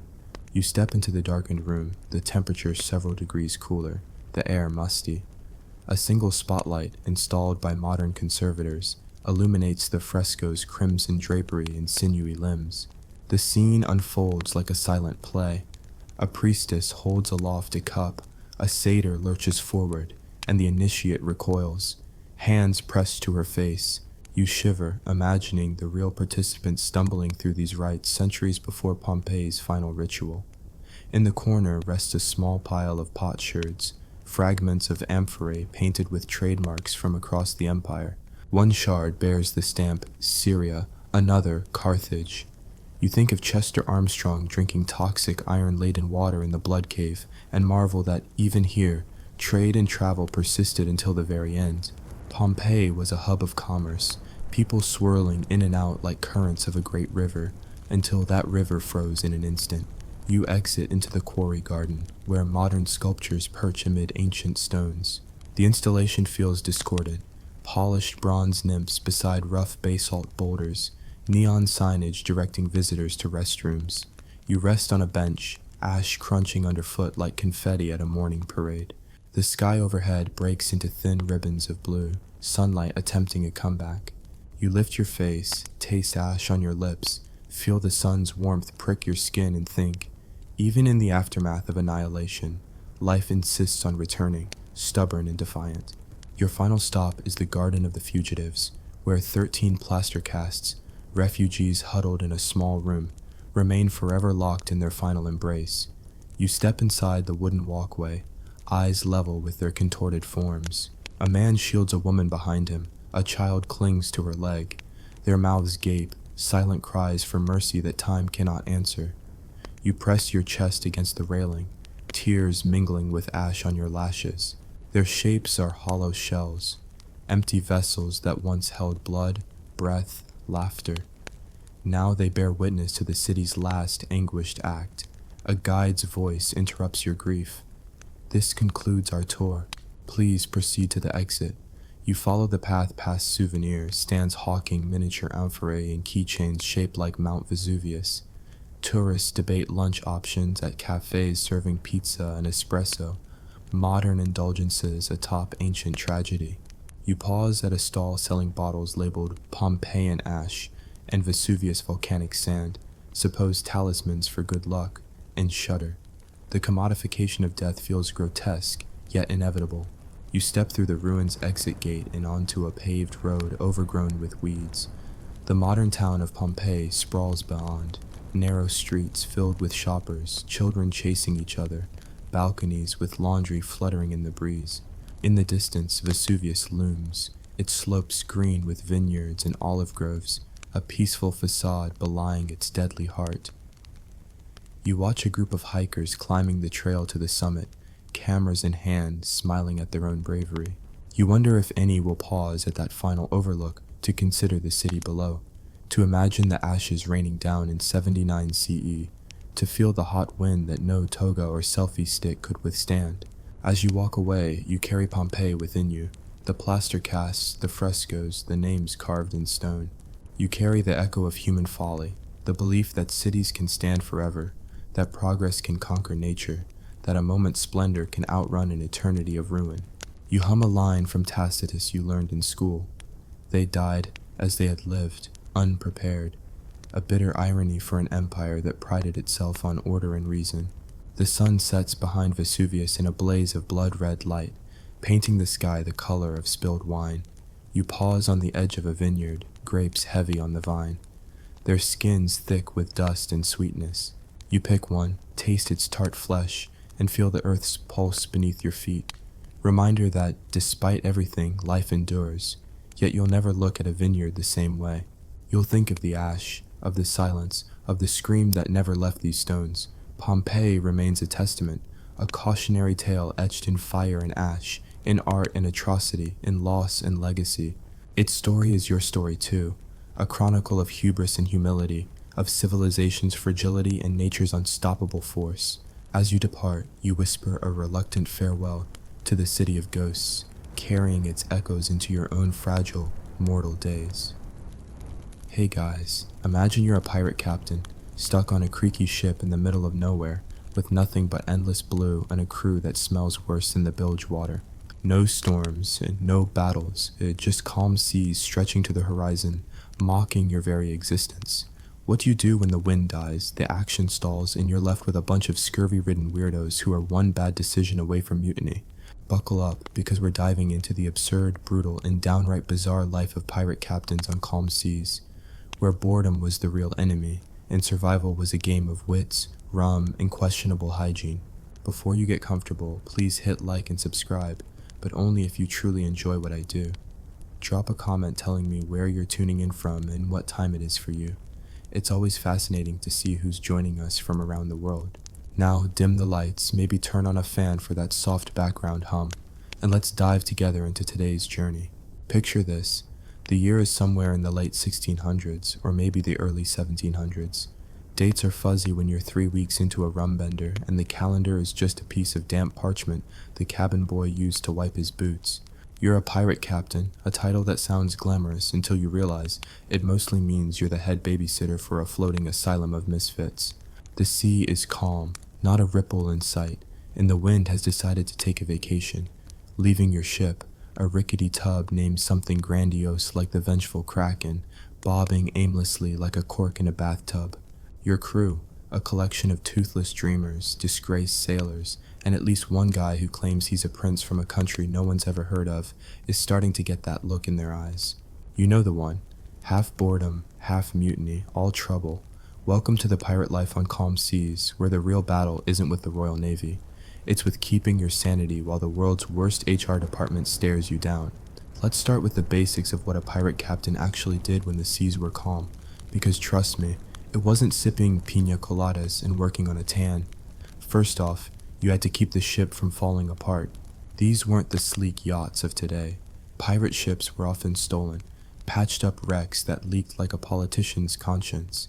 The hull was a patchwork of splintered wood, the sails were more holes than canvas, and the ropes, let's just say they were fraying faster than your patience after the cook served mystery stew for the third night in a row. A good captain had to oversee repairs, which meant barking orders at a crew who'd rather be drunk than useful. You'd have the carpenter, usually a guy named something like One-Eyed Tom, because apparently eye patches were the pirate equivalent of a LinkedIn profile, hammering away at the deck while muttering curses about the quality of the wood. Meanwhile, you're praying the ship doesn't spring a leak, because the bilge pumps are manned by the same idiots who think starboard is a type of fish. But repairs were just the warm-up act. The real nightmare was keeping the crew from killing each other. Or you. Pirates weren't exactly known for their emotional stability. These were men, and occasionally women, who'd chosen a life of crime on the high seas over, say, farming or candle making, which tells you everything you need to know about their decision-making skills. On calm seas, with no ships to plunder or storms to outrun, boredom set in like a bad rash, and bored pirates were dangerous pirates. You'd have to invent tasks to keep them busy because idle hands lead to knife fights, and knife fights lead to you having to explain why half your crew is now missing fingers. So, you'd order them to scrub the deck, even though it was already scrubbed yesterday. Or, you'd have them climb the rigging to check the sails, which was code for, go play somewhere else before I throw you overboard myself. The smarter captains turned it into a game. Races up the mast, knot tying contests, anything to keep the crew from staging an impromptu reenactment of Lord of the Flies. Of course, you couldn't just rely on busy work.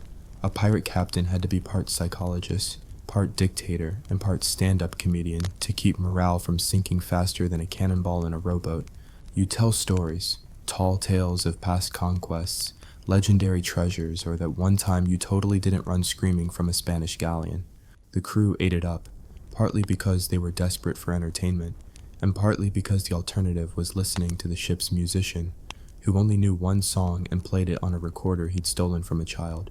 If you were lucky, you had a quartermaster with a knack for storytelling, but most of the time, it was on you to spin a yarn so wild it distracted them from the fact that the rum was running low and the biscuits were more weevil than wheat.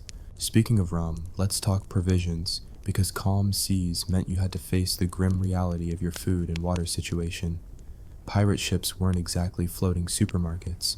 Your supplies were whatever you'd managed to steal from the last merchant vessel, which usually meant barrels of salted pork that smelled like regret and hardtack so tough it could double as a weapon. Water was stored in casks that turned green after a week, and if you were really unlucky, the last ship you raided was carrying nothing but a cargo of turnips. As captain, it was your job to ration this stuff, which was about as fun as negotiating with a shark. You'd have to decide how much to dole out each day, knowing full well that if you cut the rum rations, you'd have a mutiny on your hands by sundown. And don't even think about touching the crew's share of tobacco. Those guys would rather lose a leg than their last pinch of leaf. Then there was the navigation problem. Calm seas meant no wind, which meant you weren't going anywhere fast. But a pirate captain still had to know where the hell they were, because getting lost in the middle of the ocean was a one-way ticket to Starvation City.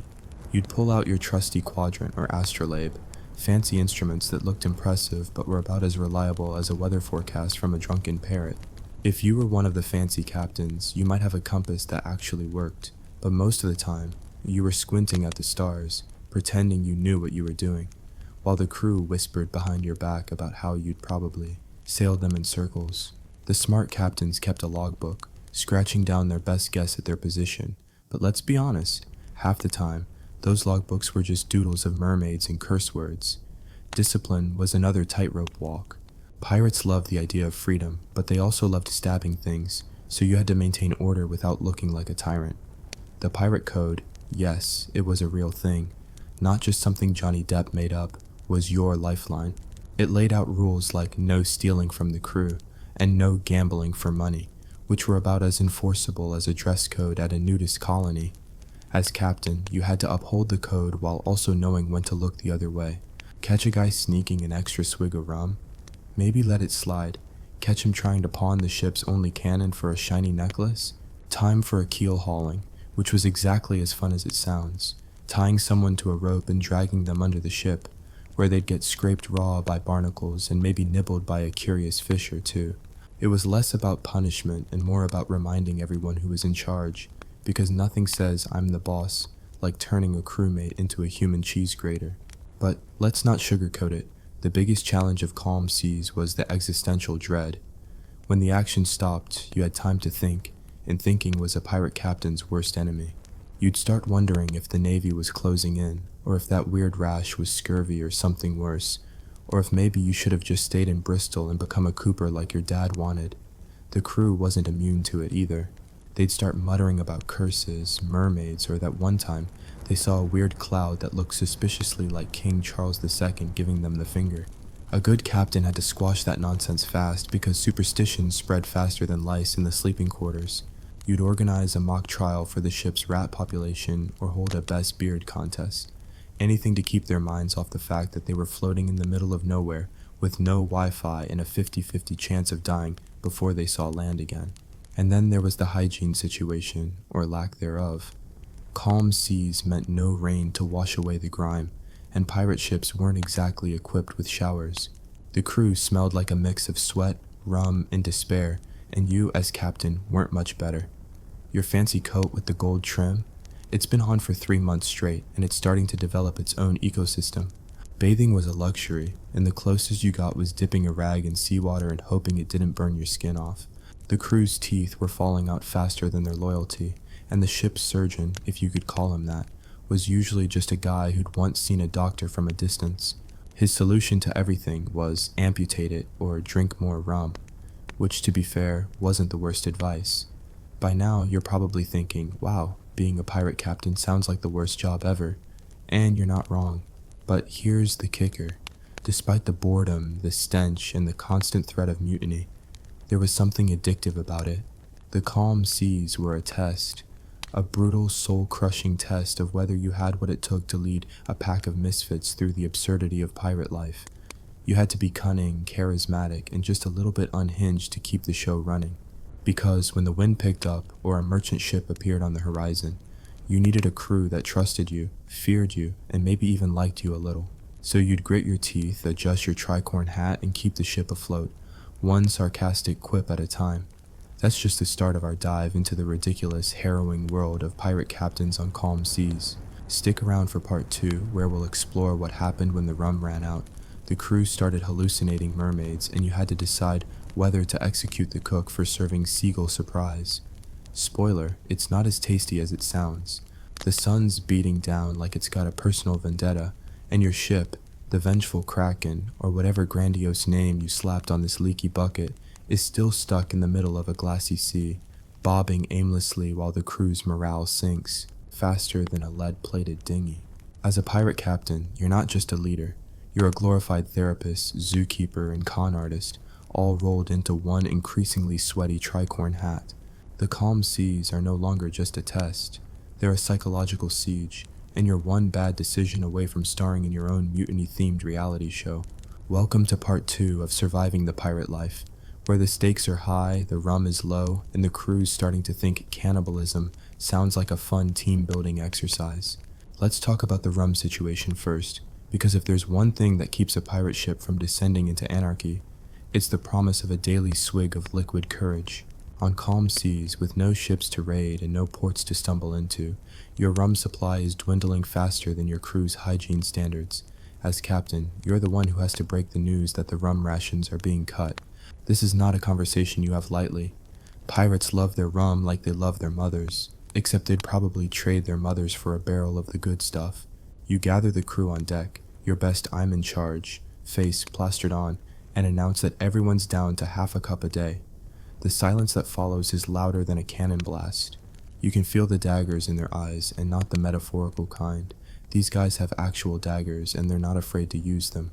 To avoid a full-blown revolt, you pull out your secret weapon, distraction.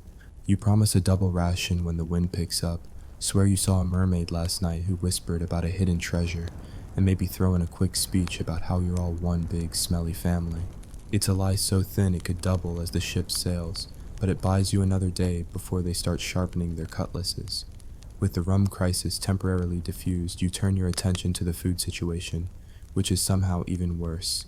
The last merchant ship you raided was carrying a cargo of what the crew optimistically called provisions, but was really just a mountain of moldy biscuits and some suspiciously chewy salted meat. The cook, a grizzled old salt named Peg Leg Pete or something equally uninspired, has been trying to get creative, but his idea of creative involves boiling everything into a gray sludge he calls seagull surprise. Spoiler, the surprise is that it's mostly feathers. As captain, you have to choke down this culinary war crime in front of the crew to prove it's edible, all while smiling like you're enjoying a 5-star meal. One wrong grimace and they'll start whispering about how you're hoarding better food in your cabin. You're not, but you wish you were. To keep things civil, you organize a cooking contest, pitting the crew against each other to see who can make the least disgusting dish out of weevil-infested flour and a bucket of fish heads. The winner gets an extra half cup of rum, which is enough to make even the laziest pirate suddenly think he's a Michelin star chef. The results are predictably awful, but at least it keeps them busy and not, plotting your demise. While the crew's distracted by their culinary disasters, you've got to deal with the growing problem of superstition. Pirates were a superstitious bunch, and calm seas gave them way too much time to overthink every creak of the ship or shadow in the water. By now, someone's claiming they saw a ghostly figure in the fog, and another swears a seagull looked at him funny, which obviously means the ship is cursed. You, as captain, have to shut this down before they start throwing virgins overboard to appease Poseidon.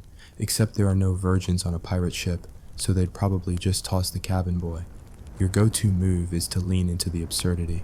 You declare that the curse can only be lifted by a sacred ritual, which conveniently involves everyone cleaning the ship from bow to stern.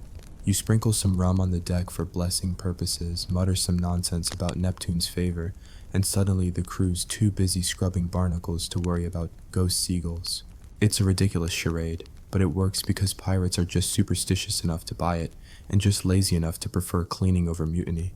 Of course, no amount of fake rituals can hide the fact that you're still not moving.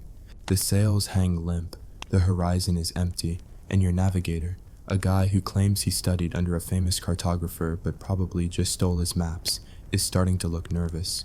Navigation on calm seas is less about skill and more about pretending you know what you're doing. You pull out your astrolabe, which is basically a shiny metal paperweight, and squint at the stars like you're reading the secrets of the universe. In reality, you're just hoping the crew doesn't notice you're using the same star chart you've had since you were a deckhand.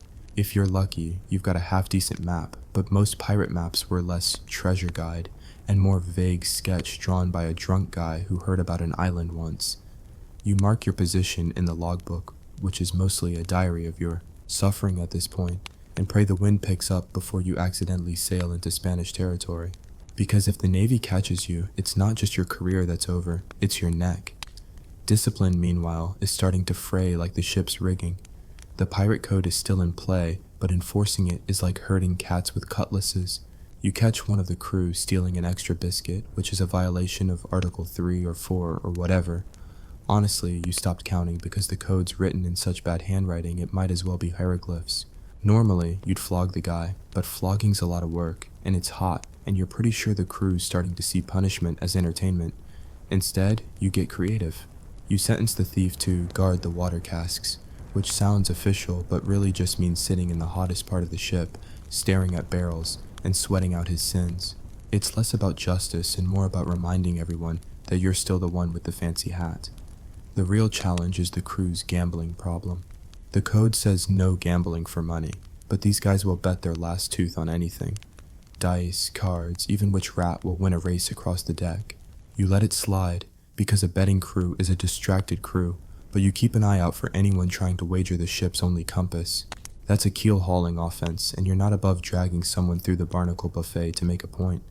Then there's the entertainment issue, because calm seas turn your ship into a floating open mic night, and not the good kind. The crew's attempts at fun are as painful as the surgeon's treatments. The ship's musician, still butchering that one song on his stolen recorder, is driving everyone insane, so you organize a talent show to mix things up. It's a disaster, but a hilarious one. One guy tries juggling cannonballs and nearly sinks the ship. Another recites a poem that's just a list of curse words he learned in Tortuga.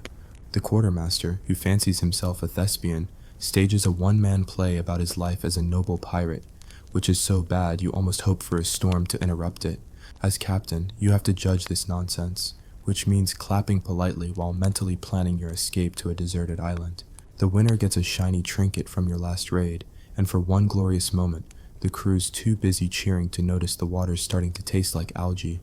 But let's not forget the hygiene crisis, which is now entering catastrophic territory. The calm seas mean no rain, no fresh water, and no way to wash the collective stench that's starting to make the ship smell like a whale's armpit. Your crew's teeth are falling out faster than their loyalty, and the surgeon's solution, yep, more rum, isn't helping.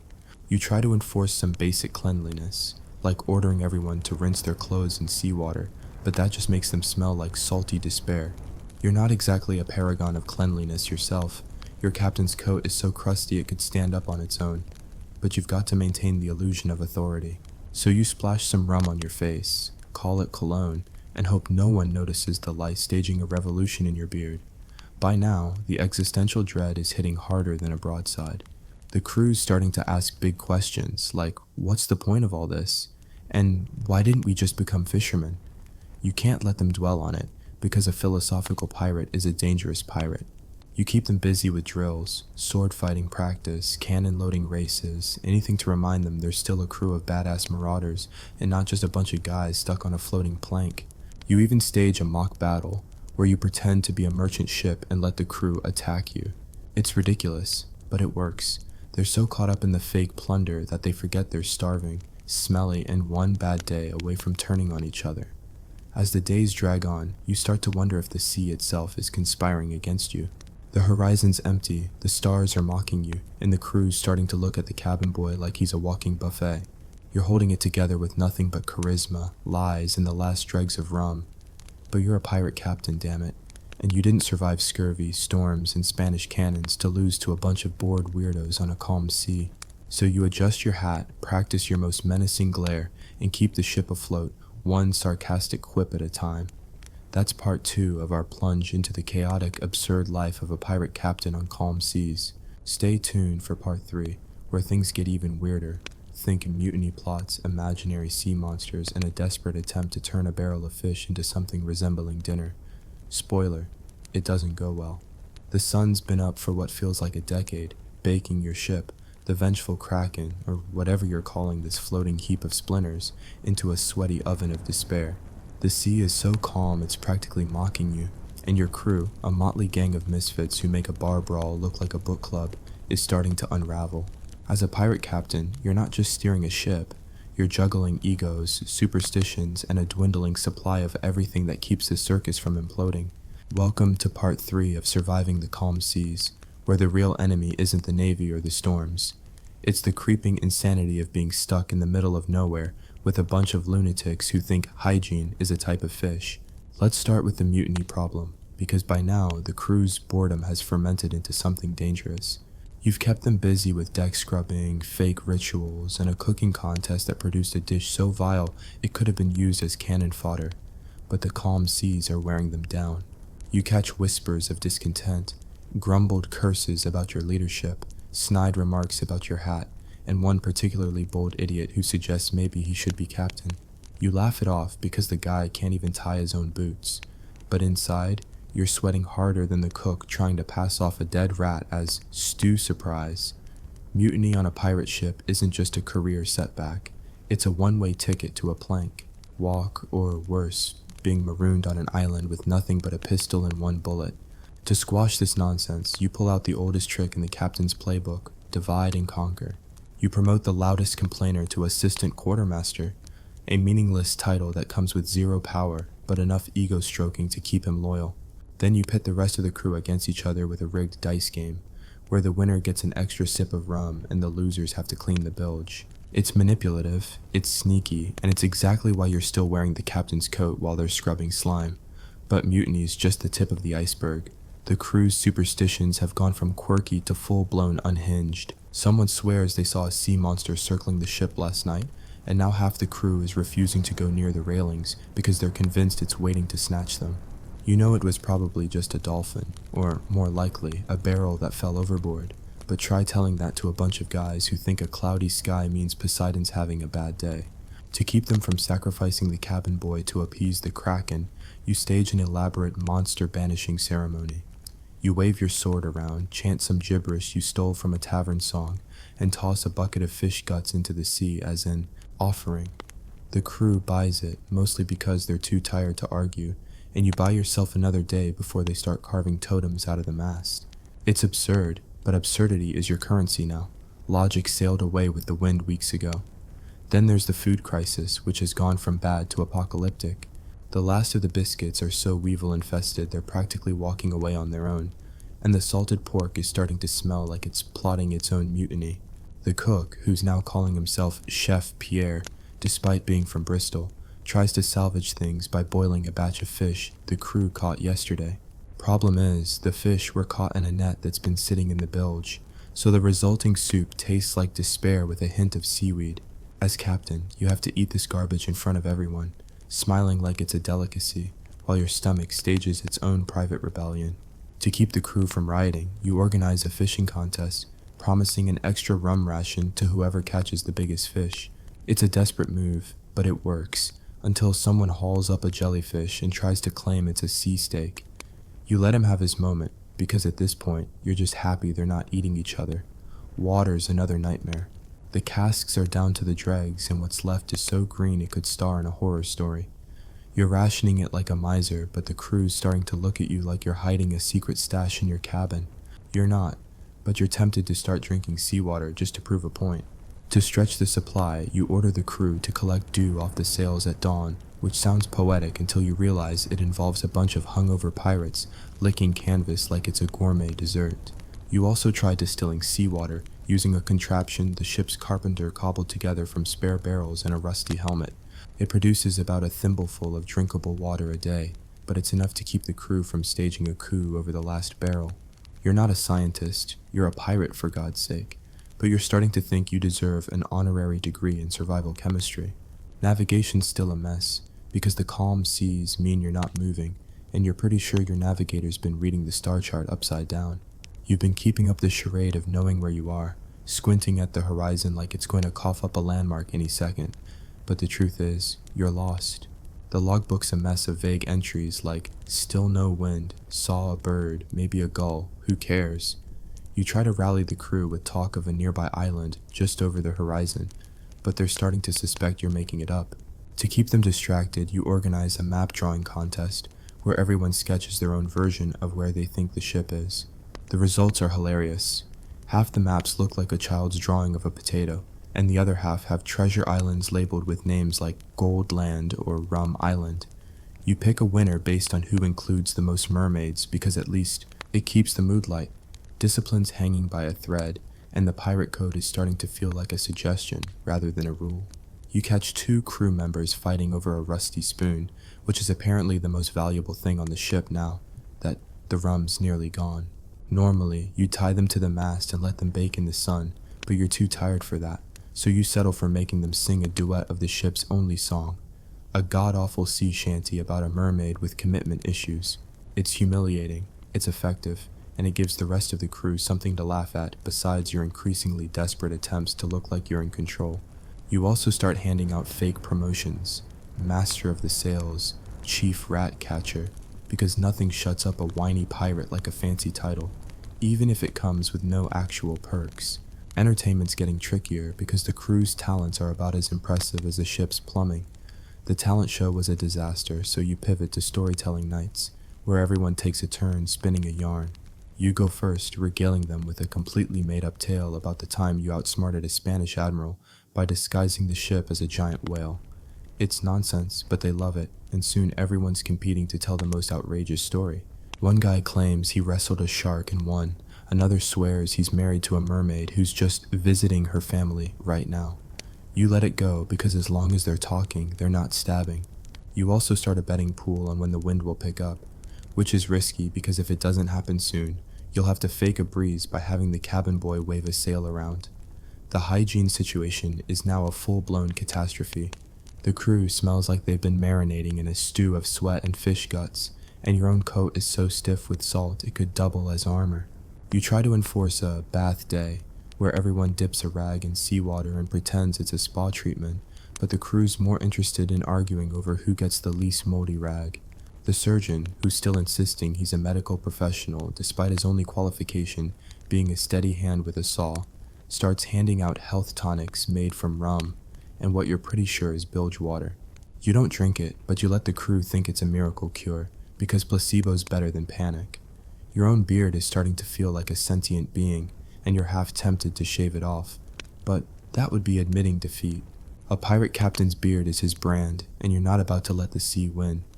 The existential dread is now a permanent guest on the ship, whispering in your ear every time you look at the endless horizon. The crew's asking questions you can't answer, like, are we ever getting out of here? And is this what hell's like? You keep them busy with more drills, sword fights, cannon practice, even a bizarre attempt at synchronized rowing, which ends with 3 oars broken and 1 guy overboard. You also start preaching about the pirate dream, freedom, treasure, all that jazz. But it's hard to sell when everyone's hungry and the ship smells like a landfill. Still, you're the captain, and captains don't quit. You adjust your hat, practice your best I've got this smirk, and keep the ship afloat with nothing but sheer stubbornness and a knack for lying through your teeth. That's part 3 of our dive into the chaotic, sweaty, and utterly absurd life of a pirate captain on calm seas. Stick around for the final chapter, where we'll see if you can outsmart a mutiny, outlast the stench, and maybe, just maybe, find a breeze before the crew starts eating their own boots. Spoiler, it's not looking good. The sea's still flatter than a tavern wench's ale, and your ship, the vengeful Kraken, or whatever you're still pretending this rotting pile of timber is called, is drifting like a drunkard after a 3-day bender.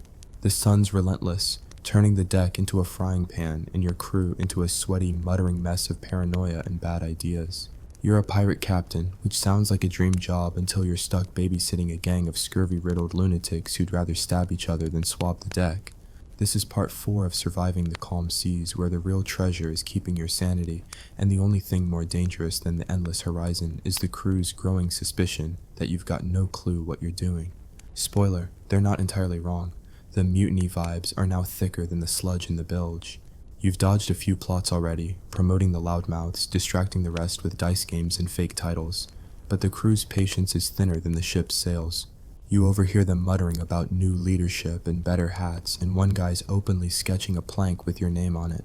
As captain, you've got to shut this down fast, because a mutiny on calm seas isn't a dramatic showdown. It's a slow, sweaty coup that ends with you tied to the mast and the cabin boy wearing your coat. Your move is to lean into the chaos. You call a ship's council, which is just you standing on a barrel, waving your sword, and promising a treasure so massive it'll make Blackbeard look like a street peddler. You describe an island just beyond the horizon, stuffed with gold, rum, and mermaids who definitely won't eat their faces. It's a lie so bold it could sink a galleon, but the crew's desperate enough to buy it, for now.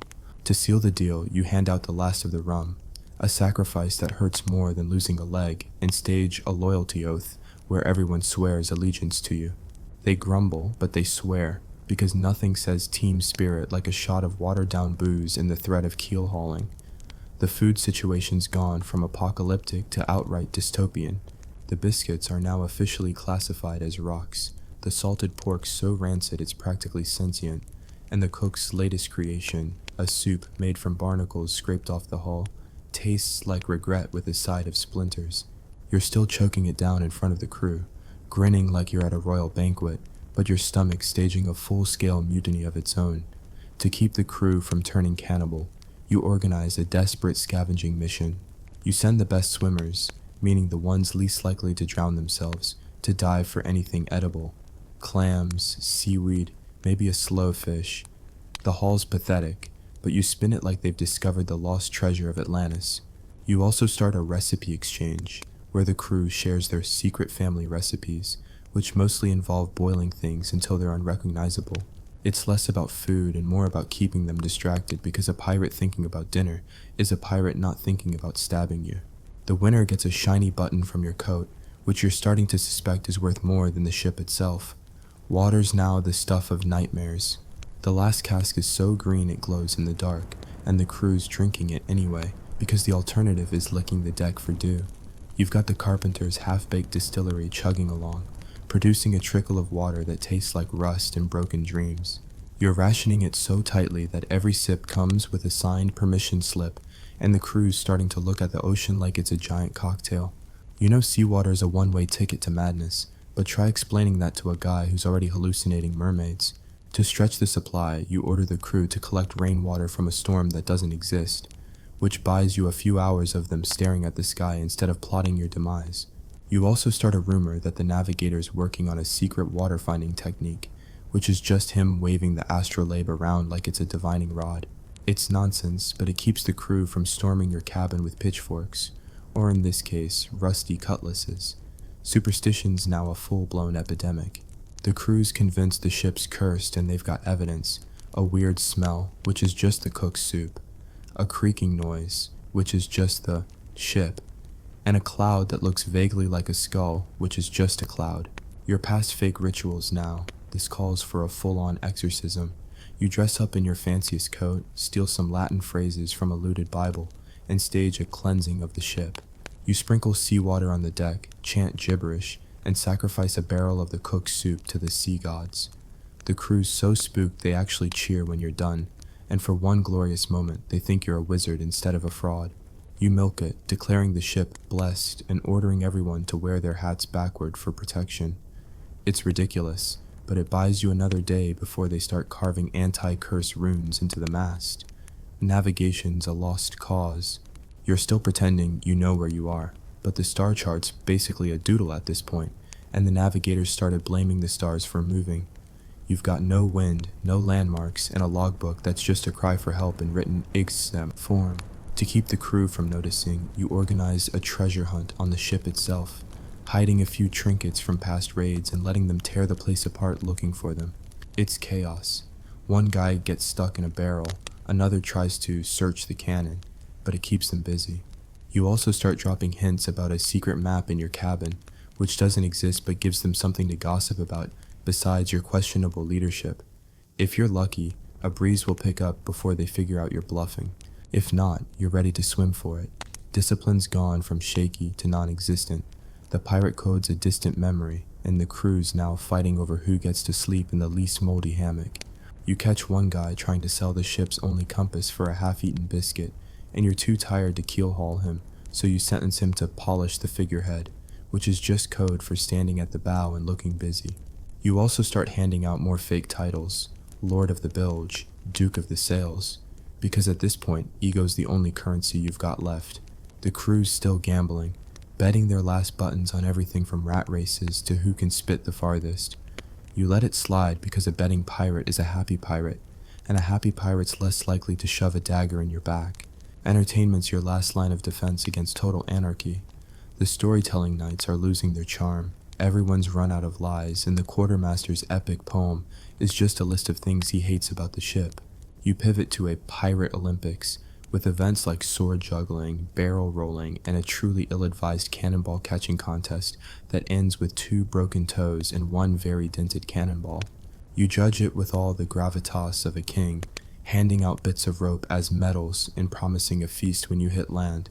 The crew knows it's a lie, but they play along, because hope's the only thing keeping them from turning the ship into a floating fight club.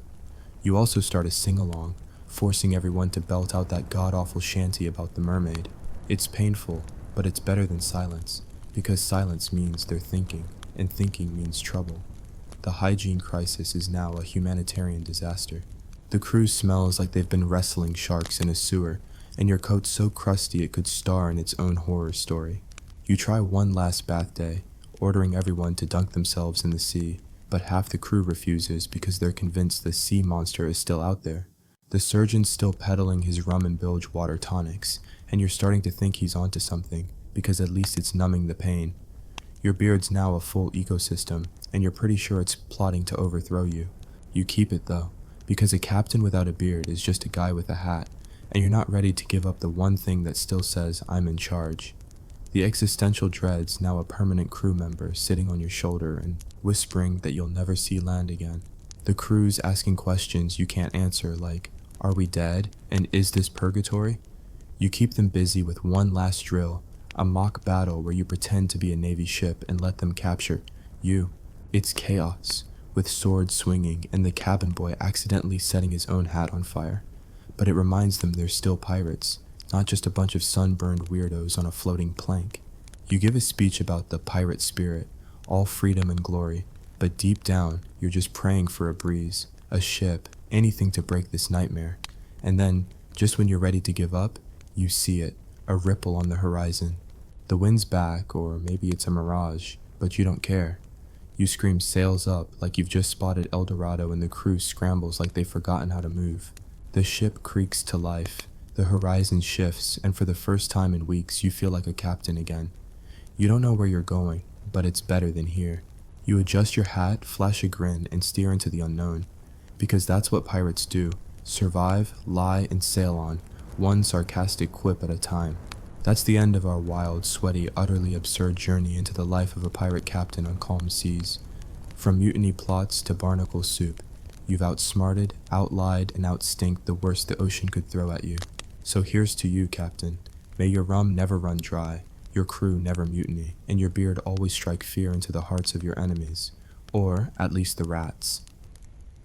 Hey guys, imagine this. You're a Roman soldier, caked in mud, blood, and the existential dread of knowing your next bath is 6 months away. You've just spent all day hacking through a forest of angry barbarians. Your sword's duller than a tax collector's sense of humor, and your idea of relaxing is not getting stabbed while you sleep. Welcome to the glamorous life of a Roman legionary, where R&R stands for rage and regret. We're diving into how these battle-hardened lunatics unwound after a day of chaos, and trust me, it's a wild ride through history's grimiest spa day. Before you get comfortable, please hit like and subscribe, but only if you truly enjoy what I do. Drop a comment telling me where you're tuning in from and what time it is for you. It's always fascinating to see who's joining us from around the world. Now dim the lights, maybe turn on a fan for that soft background hum, and let's dive together into today's journey. Picture this, it's 100 AD, the sun's setting over some god's forsaken hill in Gaul, and you're a grunt in the Roman legions. Your centurion's screaming about discipline, your feet are blistered lumps of regret, and you're pretty sure that last spear missed your liver by a whisker.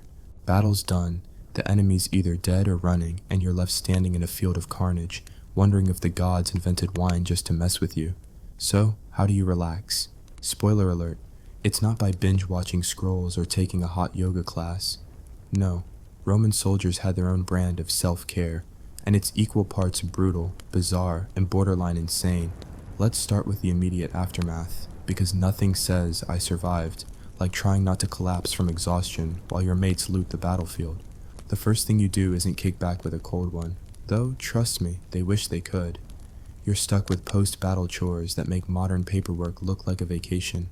You've got to strip the dead for anything valuable. Swords, armor, the occasional shiny trinket some barbarian thought would look cool in their beard.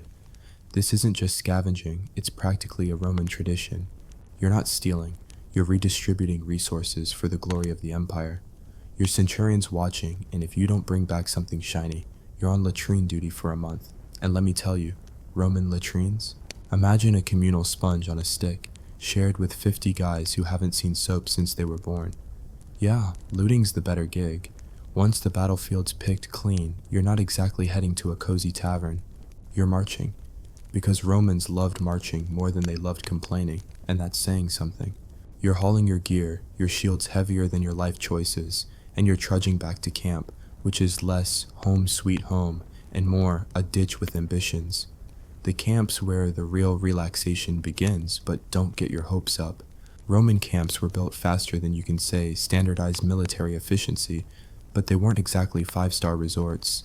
Think muddy trenches, canvas tents, and a lingering smell of sweat and despair. You're sharing a tent with 8 other guys. Your contubernium, or as I like to call it, the Roman equivalent of a frat house, minus the fun and plus the threat of dysentery. So, you're in camp, you're filthy, and your idea of unwinding is whatever keeps you from losing your mind before dawn.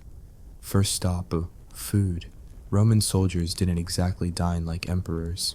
Your standard ration is a sad loaf of bread that's harder than your centurion's heart, some cheese that's seen better days, and maybe a strip of salted pork if you're lucky. If you're really living the high life, there's pasca, vinegar mixed with water, and maybe some herbs if the cook's feeling fancy. It's the ancient equivalent of a budget energy drink, and it tastes like regret with a hint of lemon. You're sitting around a smoky fire, trying to choke this down while your tent mate, Gaius, brags about how he totally almost killed that huge barbarian before someone else did it for him. Gaius is always lying, but you nod along because arguing takes energy you don't have. Eating's not just about survival, it's a social ritual. You're bonding with your brothers in arms, swapping stories of near-death experiences and complaining about the centurion's latest obsession with polishing armor. It's like a team-building exercise, but instead of trust falls, you're passing around a jug of Posca and praying it doesn't give you the runs. Speaking of which, let's talk about hygiene, or the lack thereof. After battle, you're covered in dirt, blood, and the kind of grime that makes you question your life choices. The Romans were weirdly obsessed with cleanliness for a bunch of guys who thought sharing a sponge stick was peak sanitation. If you're lucky, your camp's near a river and you can wade in for a bath. But this isn't a spa day with lavender soap. The water's cold enough to make you rethink your loyalty to Rome, and you're scrubbing with nothing but your hands and maybe a rough cloth if you're fancy. If there's no river, you're stuck with a bucket of questionable water and a prayer that you don't catch something worse than the enemy's spear. The officers might get a proper bathhouse if you're near a permanent fort, but for you, the rank and file, it's a quick splash and a dream of better days. And yet, there's something oddly satisfying about it. You're alive, you're sort of clean, and for a brief moment, you can pretend you're not just a cog in Rome's war machine. But don't get too comfortable, because the night's just getting started. Once you've eaten and scrubbed off the worst of the battlefield, it's time for the real Roman relaxation. Gambling. These guys love dice more than they love their own mothers. They're rolling bones, actual bones sometimes, betting their meager pay, their spare sandals, or even their share of tomorrow's rations. It's high stakes, low reward, and absolutely addictive. The game's called Tali or Tesserae, and it's basically the Roman version of craps, except instead of a Vegas casino, where you're crouched in a tent with a guy named Lucius who smells like he bathed in onions. You're throwing dice, cursing the gods when you lose, and promising Jupiter a sacrifice when you win. It's chaotic, it's loud, and it's the closest thing to fun you're getting tonight. But here's the kicker. Gambling's technically illegal in the legions. The centurions turn a blind eye unless they're in a bad mood, in which case you're getting flogged faster than you can say bad roll. Still, it's worth the risk, because for a few fleeting moments, you're not thinking about the battle, the march, or the fact that your tent mate snores like a dying boar. Of course, not everyone's a gambler. Some soldiers prefer quieter ways to unwind, like writing letters home, if they can write, that is. Literacy wasn't exactly universal, so if you're one of the lucky few who can scribble, you're hunched over a wax tablet, etching out a message to your family in some dusty corner of the empire. It's less, "Dear Mom, I'm doing great," and more, "Dear Mom, I'm alive, send wine." These letters are raw, heartfelt, and often hilarious in their bluntness. You're telling your wife about the barbarian who almost took your head off, or begging your brother to send you better boots because the army issue ones are basically cardboard with aspirations. If you can't write, you're dictating to a buddy who's probably overcharging you for the favor. Either way, it's a moment of connection to a world that feels a million miles away. And then there's the drinking. Oh, the drinking. Romans didn't have whiskey or craft beer, but they had wine, usually cheap, sour, and strong enough to make you forget your name. If you're stationed somewhere civilized, you might score some decent vino from a local merchant, but out in the wilds, you're stuck with whatever the army supplies, which is basically grape-flavored paint thinner. You're passing around a wineskin, toasting to survival, and trying not to think about the fact that tomorrow's another march, another battle, another chance to meet the gods earlier than planned. The wine's not just for fun, it's medicine for the soul. It dulls the ache in your bones, the fear in your gut, and the nagging thought that you might not make it home. But let's not get too cozy. Roman soldiers didn't have the luxury of passing out drunk without a care. You're still in a war zone, and relaxing comes with a side of paranoia. You're sleeping with one eye open because barbarians don't respect your need for a nap. The camp's fortified, sure, but those ditches and palisades won't stop a determined raid. You're taking turns on watch, because nothing says team spirit like staying awake while your mates snore. And if you're not on watch, you're trying to sleep on a bedroll that's thinner than your patience, with rocks poking into your back and Gaius muttering about his epic barbarian fight in his sleep. Relaxation, more like a brief pause in the chaos. But here's the thing. These moments, as grim as they sound, were what kept Roman soldiers human. They weren't just cogs in a machine. They were men trying to make sense of a world that wanted them dead. The dice, the wine, the half-hearted baths, they were acts of defiance against the grind of war. They were proof that even in the face of death, you could still laugh, curse, and dream of a better day. So, as the fire dies down and the camp settles into an uneasy quiet, you're lying there, staring at the tent's canvas, wondering if you'll survive long enough to see Rome again. Spoiler, most of them didn't. But for now, you've got your mates, your dice, and a jug of terrible wine, and that, my friends, is as close to relaxation as a Roman soldier's going to get. Stick around for part 2, where we'll dive into the weird rituals, the questionable entertainment, and the downright absurd ways these guys tried to keep their sanity in a world gone mad. Alright, let's dive back into the gritty, absurd world of Roman soldiers trying to relax, after a day of dodging spears and cursing their life choices. Picture yourself back in that muddy camp, 100 AD, somewhere in the Empire's armpit, maybe Germania, where the rain never stops and the locals are as friendly as a rabid bear. You've survived the post-battle looting, choked down your rock-hard bread, and maybe rolled some dice with Lucius, who's still insisting he's the best gambler in the Legion despite losing his sandals twice.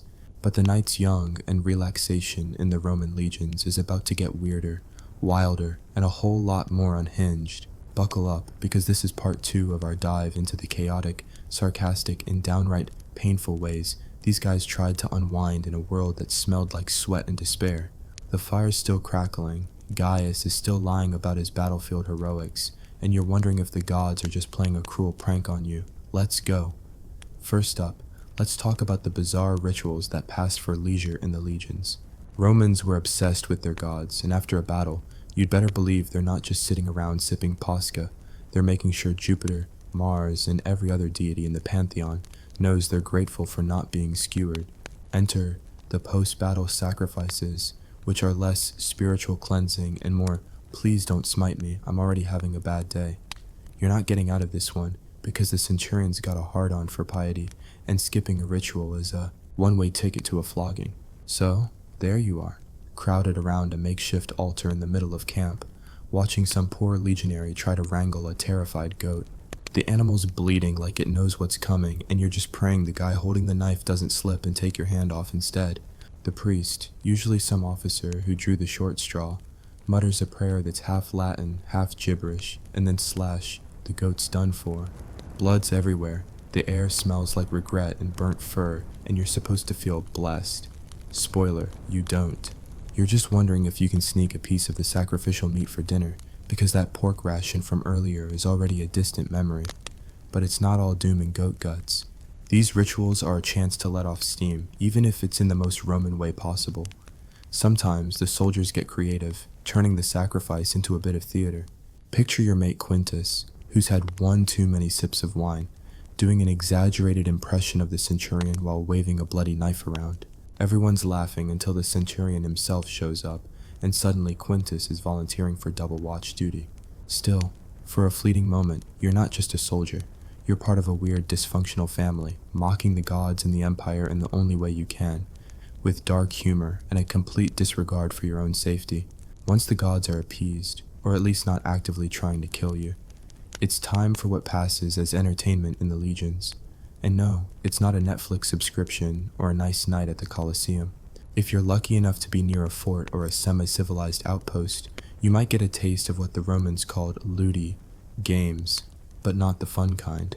Think less Olympics and more, let's see how many ways we can humiliate ourselves for a laugh. One favorite was Harpastum, a ball game that's basically rugby's unhinged ancestor. You're wrestling, tackling, and throwing a leather ball stuffed with straw, all while trying not to break your neck or lose an eye. The rules, nobody knows. The goal? Survive.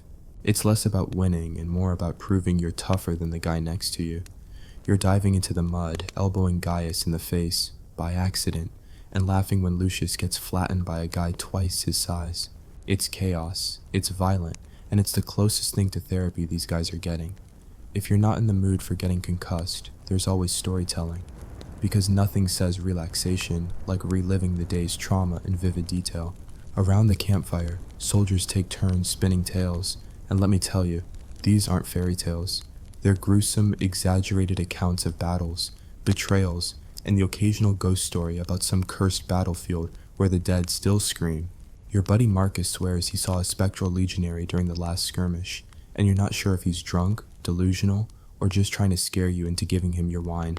These stories aren't just entertainment, they're a way to process the horror. You're laughing at the absurdity of it all, because if you don't laugh, you'll cry, and nobody's got time for that. Plus, there's a competitive edge.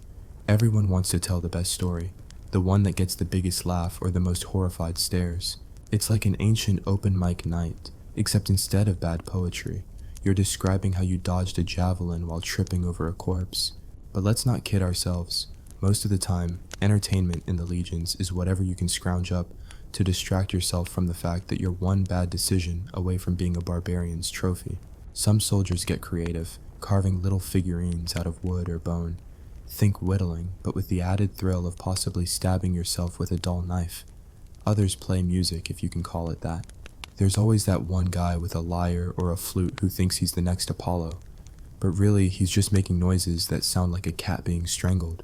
You're pretending to enjoy it because he's your tent mate, and you don't want to sleep next to someone you've insulted. If you're really desperate, you might try bartering with a local trader for something to spice up the night.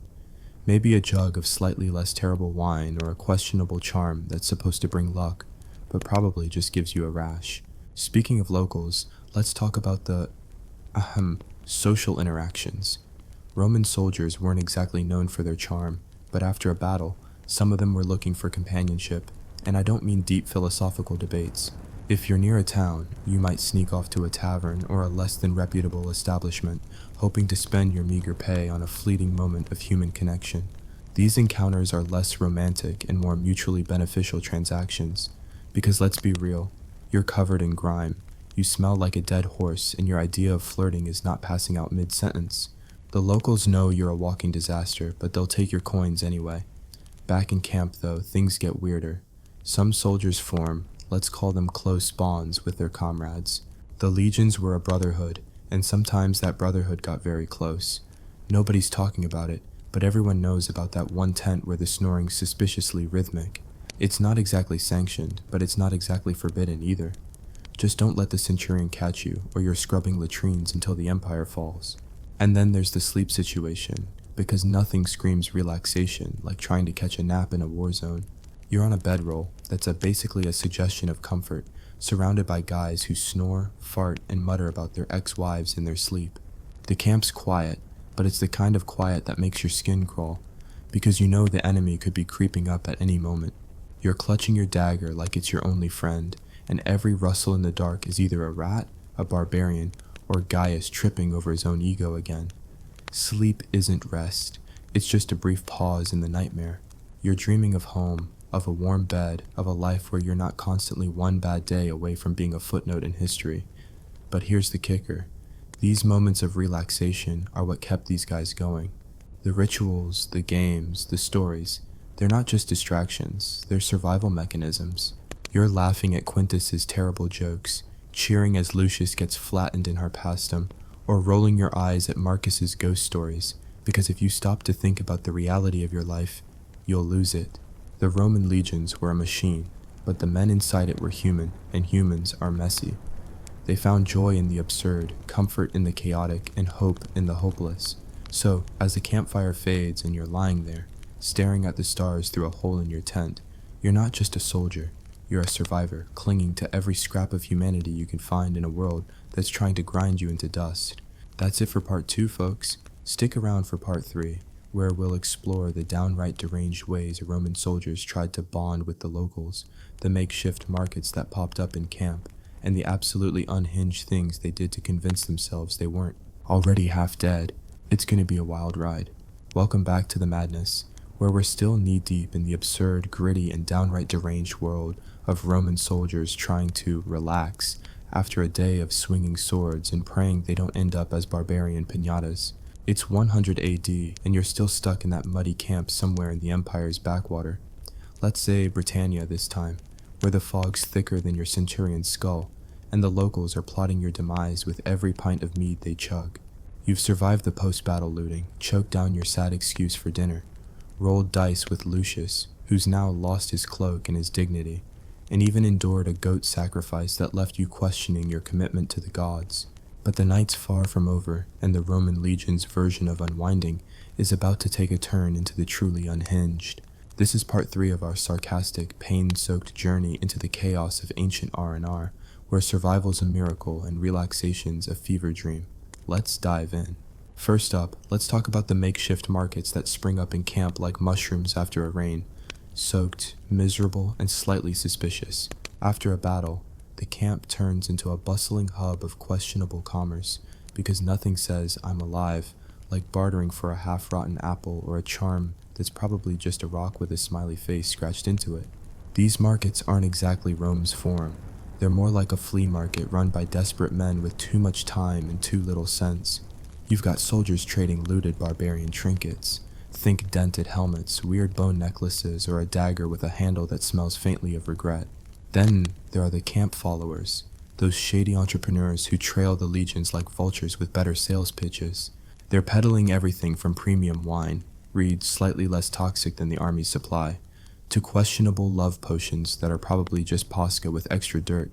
You're haggling with a guy named Titus who swears his cloak pin is blessed by Venus herself, but you're pretty sure he stole it from a dead Gaul last week. The whole scene's a chaotic mess, with soldiers shouting, bartering, and occasionally fistfighting over who gets the last strip of dried fish. It's not shopping, it's survival with a side of capitalism. But here's the thing, these markets aren't just about stuff, they're a lifeline. You're not just buying a shiny bauble, you're buying a moment of normalcy, a reminder that there's a world beyond the battlefield. You're swapping stories with the traders who've seen more of the empire than you ever will. And for a brief second, you're not just a soldier, you're a guy trying to score a deal on a pair of socks that don't have holes. Of course, half the time, you're getting scammed. That lucky amulet you bought for 2 days' pay? Yeah, it's cursed now, and your tentmate swears it's why he keeps losing at dice. But in the moment, it feels like a win, and in the legions, you take what you can get. Speaking of taking what you can get, let's talk about the locals. Because nothing screams relaxation like trying to charm people who'd rather see you dead than share their ale. If your camp's near a village, some soldiers venture out to socialize, which is Roman code for cause trouble and hope you don't get shanked. These interactions are a mix of diplomacy, desperation, and dumb luck.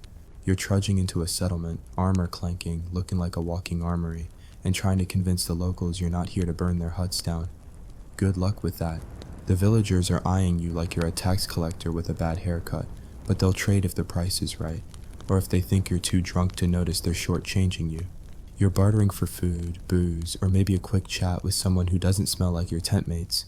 If you're feeling particularly bold or stupid, you might try flirting with a local, but let's be real. Your pickup line is, "I didn't die today," and your breath smells like Posca and despair. Sometimes, though, these encounters go beyond bartering. Some soldiers form actual connections with the locals, friendships, rivalries, or even romances that are doomed from the start. You've got Marcus, who's convinced he's in love with a Celtic girl who keeps stealing his coins, and Gaius, who's made friends with a blacksmith who's probably selling intel to the enemy. These relationships are messy, complicated, and often end with someone getting punched or exiled, but they're a reminder that even in the middle of nowhere, humans crave connection. Back in camp, though, things get even weirder. Some soldiers turn to hobbies to pass the time, and I use that term loosely. One guy's obsessed with sharpening his sword to a mirror finish, not because it's practical, but because it's the only thing keeping him sane. Another's carving crude graffiti into his shield. Think Gaius was here, or a stick figure barbarian getting impaled. It's not art, it's therapy.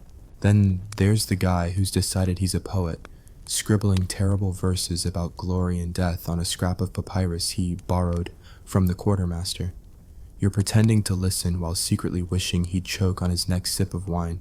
These hobbies are less about fun and more about not losing your mind in a world where every day is a coin toss between life and death. And let's not forget the pranks, because Roman soldiers were the original masters of screwing with each other. You're trying to catch a nap, and suddenly your bedroll's full of ants because Lucius thought it'd be hilarious. Or you wake up to find your boots tied to the tent pole, courtesy of Quintus, who's giggling like a maniac until you chase him with a stick. These pranks aren't just for laughs, they're a way to assert dominance, settle scores, or just remind everyone you're still alive enough to be a pain in the ass. Of course, if the centurion catches you, you're digging ditches until your hands bleed, but it's worth it for the look on Gaius's face when he finds a dead rat in his helmet. But here's where things get really unhinged: the religious fanatics. Some soldiers take the whole appease the gods thing to a whole new level, turning their downtime into a full-on spiritual crisis.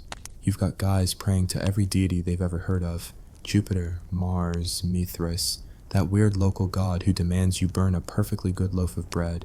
One guy's convinced he's cursed because he stepped on a sacred rock, and now he's spending his nights chanting to ward off evil spirits.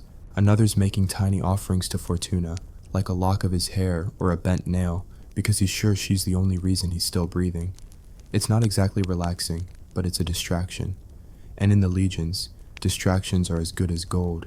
Then there's the drinking, because what's a Roman night without drowning your sorrows in more of that god-awful wine? By now, the camp's a little looser, the wine's flowing, and the stories are getting wilder. You're toasting to fallen comrades, to victories, to the fact that you're not currently being chased by a barbarian with an axe. The wine's terrible, but it's doing its job, dulling the pain, blurring the fear, and making Lucius's terrible singing almost bearable. You're swapping tales of home, of the girls you left behind, of the farm you'll never see again, because let's face it, the Empire's not letting you retire anytime soon. It's bittersweet, it's sloppy, and it's the closest thing to camaraderie you're getting out here. But don't get too cozy, because the night's still a minefield. You're still on edge, waiting for the shout of enemy attack, or the centurion's whistle signaling some pointless drill. You're trying to relax, but relaxation in the legions is like trying to nap on a bed of nails. It's possible, but it's not fun. And yet, these moments, the markets, the pranks, the drunken toast, are what keep you human. They're proof that even in the face of death, you can still haggle over a trinket, laugh at a bad joke, or dream of a life beyond the camp. So, as the stars wheel overhead and the camp settles into its uneasy quiet, you're clutching your dagger, listening to the snores and the distant howls of wolves, and wondering if you'll ever make it home. That's it for part 3, my friends. Stick around for the final chapter, where we'll explore the downright bizarre ways Roman soldiers tried to plan for a future they might not live to see, the absurd luxuries they chased, and the heartbreaking moments of hope that kept them going in a world that wanted them dead. It's going to be a wild, messy ride. Here we are, folks, at the final leg of our wild, sarcastic, and soul-crushing journey into how Roman soldiers relaxed after battle. Because nothing says good vibes like surviving another day in the meat grinder of the Roman legions. It's still 100 AD, and you're stuck in that same muddy, miserable camp, probably in Dacia now, where the locals are as welcoming as a swarm of hornets and the air smells like damp socks and broken dreams. You've looted the battlefield, choked down your brick-like bread, gambled away your last shred of dignity with Lucius, survived a goat sacrifice, haggled in a sketchy camp market, and maybe even tried to flirt with a local who'd rather spit in your posca than smile.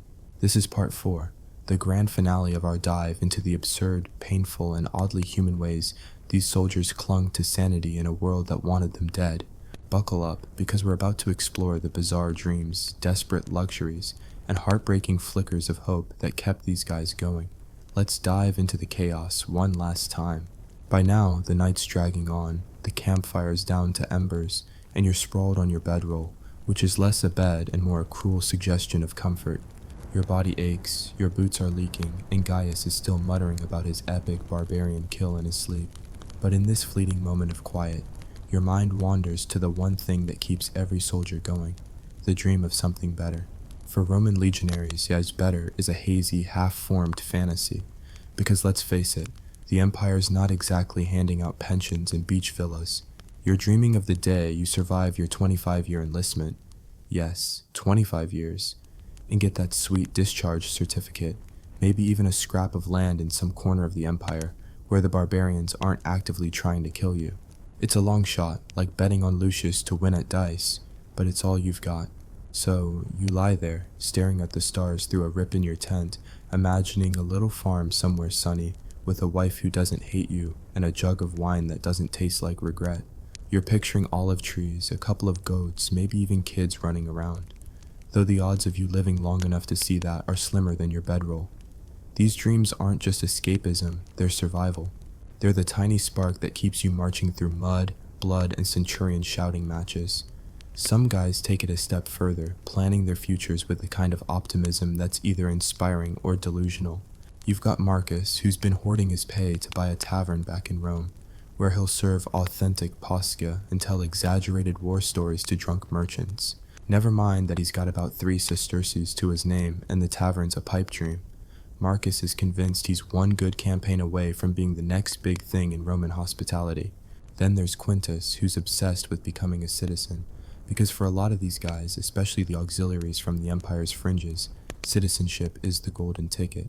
It's not just about status, it's about not being treated like a second-class grunt for the rest of your life. Quintus is scribbling his plans on a wax tablet, calculating how many more battles he needs to survive to earn that coveted diploma. Spoiler, it's a lot, and he's terrible at math. But these dreams, as ridiculous as they sound, are what keep them human. They're not just soldiers, they're men who want to believe there's a light at the end of this blood-soaked tunnel. Of course, dreaming's free, but luxury in the legions comes at a cost. Usually your dignity or your last coin. Roman soldiers chased what passed for high living with the desperation of men who know they might not see tomorrow.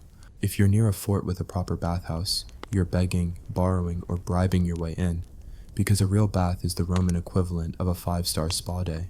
Picture it, you're soaking in lukewarm water that's been used by half the legion, scrubbing off weeks of grime with a strigil, a curved metal tool that's basically a skin scraper.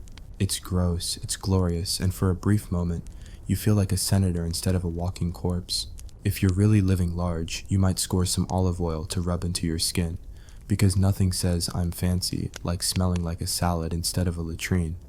But bathhouses are rare in the field, so most soldiers settle for smaller luxuries. Maybe you've bartered for a chunk of decent cheese, not the moldy lump the army hands out, but actual cheese that doesn't taste like it's been cursed by Pluto. Or you've splurged on a new pair of sandals because your old ones are basically leather confetti held together by hope. These aren't just purchases, they're acts of defiance against the grind. You're saying, I'm not just a cog in Rome's war machine, I'm a guy who deserves cheese that doesn't fight back. And then there's the ultimate luxury, sleep. Not the half-conscious doze you get between watch shifts, but actual uninterrupted sleep. If you're lucky enough to be off duty and the camp's not under attack, you might catch a few hours of blissful unconsciousness.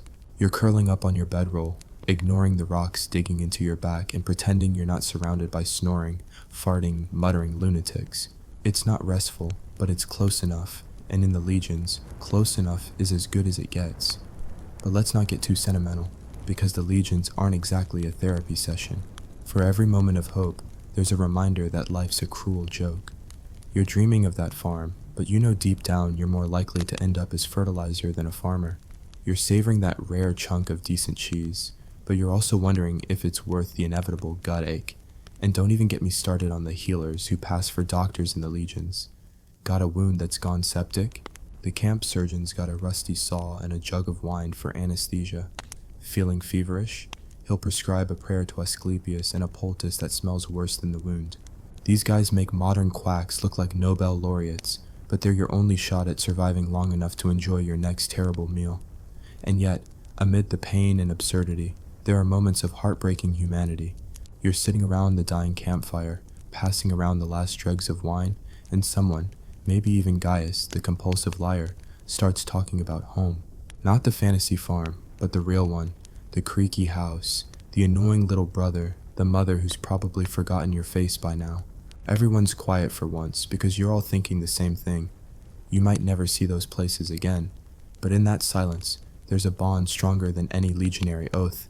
You're not just comrades, you're brothers, bound by shared suffering and the stubborn refusal to give up. Someone cracks a joke, probably about Lucius's latest gambling disaster, and the spell's broken, but for that one moment, you're not alone. As the night winds down, you're left with the rituals that bookend a soldier's day. You're polishing your armor, not because you care about looking shiny, but because the centurion will have your hide if you don't. You're checking your weapons, sharpening your blade, and praying it doesn't snap in the next fight. You're writing one last letter home, scratching out "I'm fine" on a wax tablet, even though you're anything but. And when you finally close your eyes, you're whispering a prayer, not to Jupiter or Mars, but to whatever god might be listening, begging for one more day. That's the real story of Roman relaxation. It's not about comfort or fun, it's about survival. It's about finding joy in a sip of terrible wine, hope in a half-baked dream, and strength in the guy next to you who's just as scared and tired as you are. These soldiers weren't heroes or machines. They were men, flawed and fragile, laughing in the face of death because what else could they do? So, as the camp falls silent and the dawn creeps closer, you're clutching your dagger, listening to the snores and the distant cries of night creatures, and holding on to the faint hope that tomorrow might be better. Spoiler, it probably won't be. But for now, you've got your mates, your dreams, and a stubborn will to keep going. And that, my friends, is the closest thing to relaxation a Roman soldier's ever gonna get. Thanks for sticking with me through this wild, messy ride through history's grimiest downtime. Until next time, keep surviving, and maybe raise a glass of bad wine to the poor sods who made it through another day in the legions.